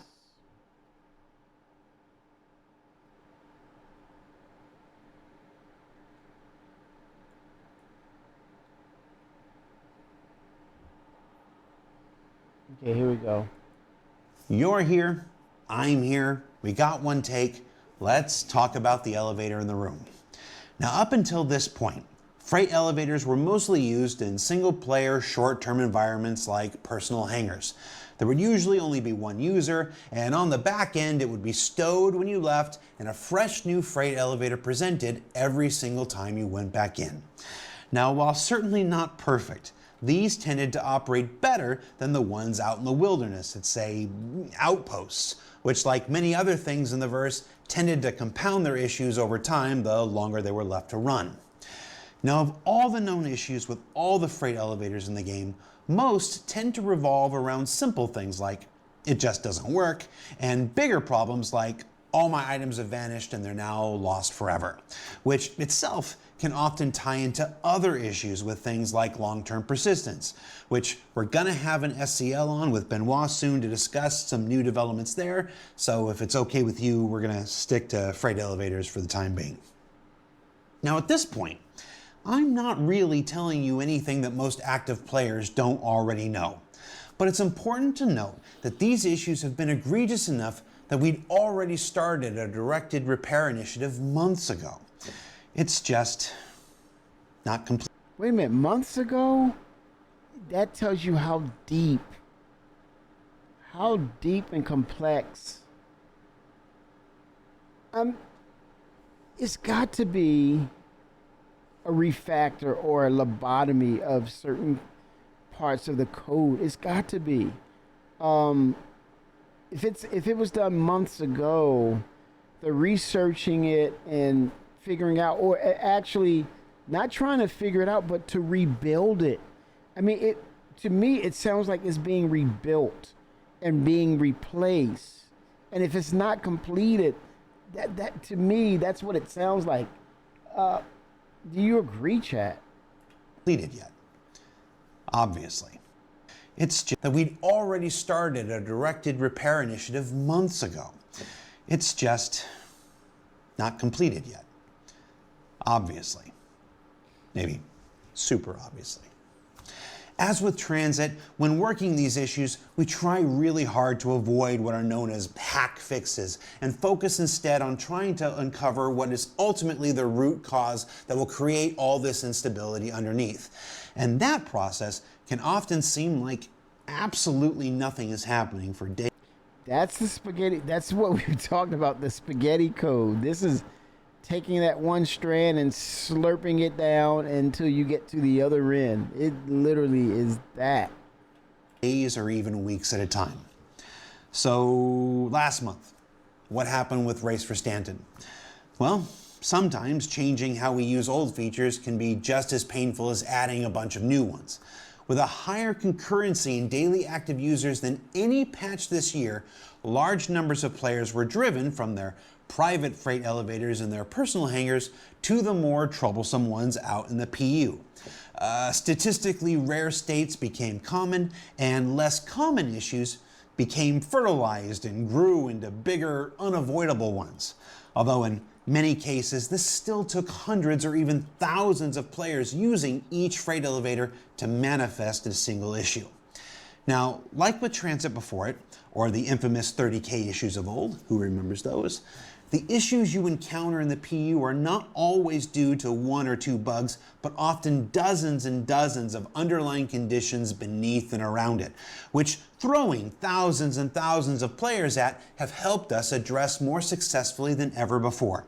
And since the release of Alpha 4.2.1 and up until the recording of this video, we've identified the root causes of 44 individual freight elevator issues, with 20 of them being classified as blockers or critical, and almost all of them with causes only revealed by running thousands of people into them over and over and over again throughout this event. Now, in a phrase that should be very familiar to our software engineer enthusiasts out there, as we work to fix each issue we encountered, the resolution would often reveal another lying in wait underneath. But this is a good thing, yeah? We did all this intentionally to force progress so we can finally fix freight elevators like we did 30K and are still doing with transit? No. Now, while the project will definitely benefit from what happened long term with all the fixes and hardening that's been going in and that will continue to go in throughout Alpha 4.3 and beyond, the answer to what really happened isn't particularly exciting or salacious or any different than what I imagine most of you already suspected. We knew there'd be issues like there have been, but we underestimated how they'd compound on top of one another at higher stresses. It's been a sometimes frustrating process for everyone on both sides of the project, but at the same time, we're super proud of the content and cadence we've achieved this year, and of the strides all of our teams are making to make this the most compelling year of Star Citizen gameplay yet. For every single step backwards, I truly believe we're taking multiple strides forward, and the overall improvements to the experience along the way are what keep many of us motivated to continue going month after month. And with this new Onyx Facilities content drop being spread out over multiple releases, we're going to continue taking the time to improve existing experiences along the way. And to that end, as some of you probably have already heard, it was in the loading screen and whatnot, we're also going to go ahead and extend the Race for Stanton missions while we continue to work on freight elevators throughout Alpha 4.3. It'll mean another month for folks to try to dethrone Hurston from the lead they hit so very early, for you to earn any of the individual rewards that are still outstanding, and for us to continue beating on freight elevators about the head and neck with the proverbial pipe along the way. And all while you continue your exploration of ASD's latest malpractices. And speaking of which, we've also made the decision to keep relatively quiet on Onyx Facilities and ISC and beyond. We do this to better let you investigate and discover things for yourself. But that doesn't mean there isn't more that August has to offer. So let's go ahead and use our remaining time this week to explore the other aspects of this new release in Patch Report Alpha 4.3.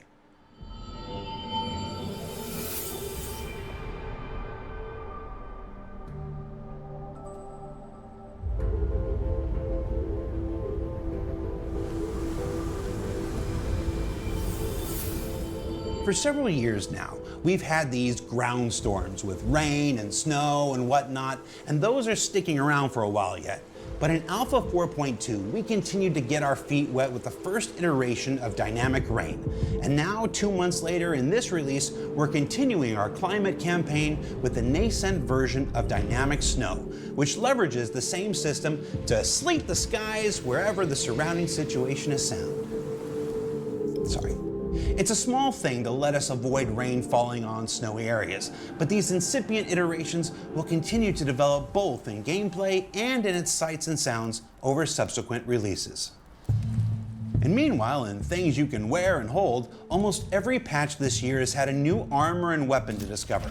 And in August, you'll find the new Specialist Light Stealth Armor. There are a few different variations floating around, including a neat ASD one, and this one from Wicklow. It's an interesting visor, but it does beg the question, with the blast shield down, how can I even see? How am I supposed to fight? To which the answer is, I probably shouldn't quote Star Wars, because Disney has lawyers. We've also got a new Volt weapon this month called the Zenith Sniper Rifle that, and let me read this text I have on the screen here from Zach, combines the raw punch of a charged sniper shot with the rapid-fire precision of a marksman rifle, which doesn't sound OP as heck at all, Zach. Now, there are some notes here about how loud it'll be and how important managing heat is, because if you don't, it becomes essentially inoperable, like me. And it's the latest in this year's line of Volt weapons, and like all the others before it, you can be the judge if its advantages are worth the trade-offs. Also, hangar respawning returns. Now, it's a small thing, but the ability to spawn directly into your personal hangar and get back into the fray should be a welcome one for anyone that's played the game for a while. Personal hangars are slowly becoming our first true homes in the verse, and this is yet another step in the right direction. Also another step in the right direction, spawning ground vehicles from the freight elevators, which is not coming in Alpha 4.3, but I've got a platform and I'm gonna use it to say everybody wants it, Benoit, and we're gonna find time to prioritize it for the schedule, after more fixes in the next couple months first. Let's move on to virtual currencies. Now this year we introduced Wicklow, the collector, and his emporium of esoteric effects. Not the actual name. And over the last couple months, we've seen vehicles new and old get added to his inventory as variants with unique paints and components. And that's great. Or at least it was once we killed the RNG thing. Yay! But what about the various ship shops in the verse? Where's my Golem, the Fortune, the Guardians? Well, in Alpha 4.3, inventories are getting updated with many of the most recent ships that have been released. What this means is, while you can still pledge for ships to support the continuing development of Star Citizen, and you can still work for those fancy component variants of many with Wicklow, you should also be able to pursue the base versions of newer vehicles for aUEC, and in a more reasonable timetable from now on. It's our way of saying, yeah, we'll be better at this going forward. It was Tyler Waken's fault. And while we're talking about spaceships, starting back in May and continuing with each monthly patch after that, the Vehicle Experience team began the next wave of flight tuning adjustments for every ship in the verse, hitting most of the heavy and medium fighters and interceptor subclasses within. Now with Alpha 4.3, it's time for some light fighters to get their pass. This includes adjusting SCM and nav speeds to increase variation within the class, altering the linear and angular accelerations, adjusting health pools, and even swapping out some flight controller components. Now there's a whole list with details in the patch notes, but if you haven't flown your light fighter in a while, maybe give it a go this patch. And while we're talking about light fighters, what would a patch in 2025 be without brand new vehicles? And for August, we've got the long-awaited debut of the L-21 Wolf. It's sleek, it's slick, it's kind of like a cool spaceship Rorschach test. See, some people see a fancy hot rod, some people see a Supermarine Spitfire, and some people like me see a Naboo Starfighter. But it's not. It's not Disney.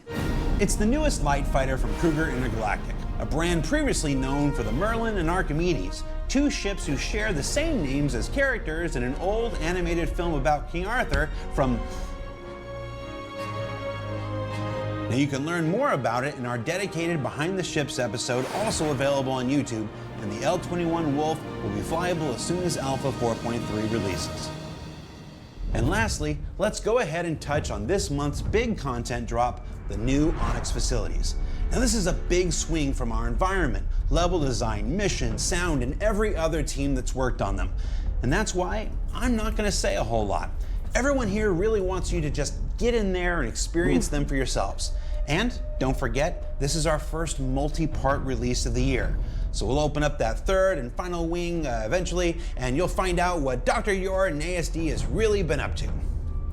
It's more than just worm torture, I can promise you that. Ultimately, this month like this year, we'll continue to see Star Citizen pushing its development into lots of new directions. And quite frankly, some are going to work better than others. Some are going to take us a bit to figure out.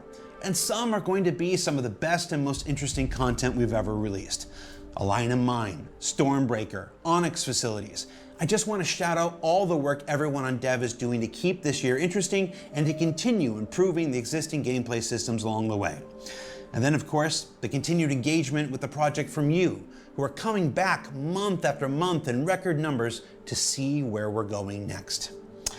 And finally, if you are wondering why I'm at my desk, where I spend most of my day doing my other job behind the scenes that has little to do with ISC or SCL, there's this little thing called CitizenCon Direct coming up on October 11th.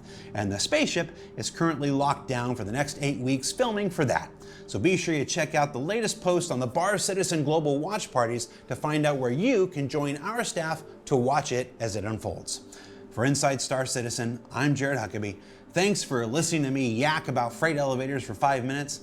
And I was gonna do a joke here at the end where I pretend to push a button and the elevator takes me down beneath my desk. But considering the work that we still have ahead of us in fixing them proper, it would probably go a little something like this. I'll just say we know what's left to do and we're on it. Thanks for watching. We'll see you next time.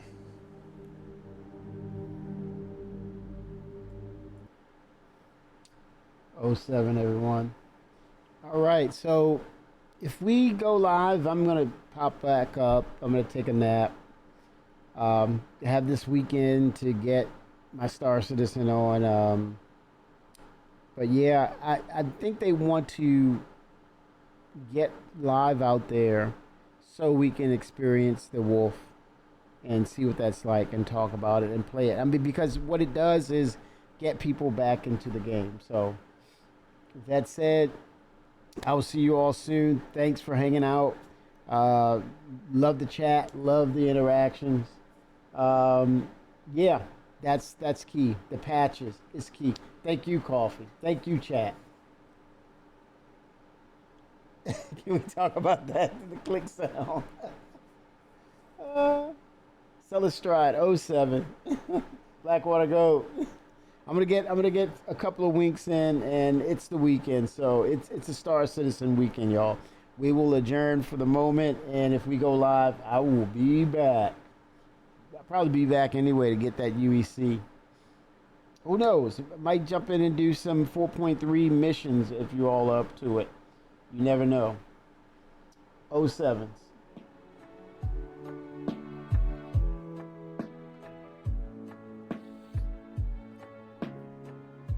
Sounds good, Coffee.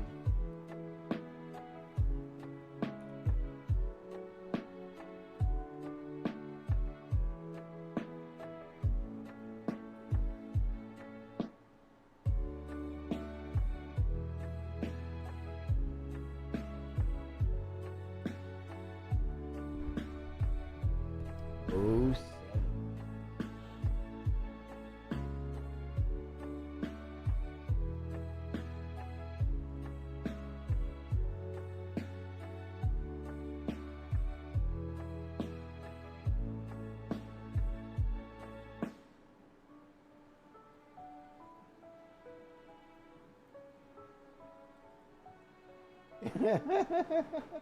it's been a rough week, Blackwater Goat. I'm tired, man. I'm on fumes.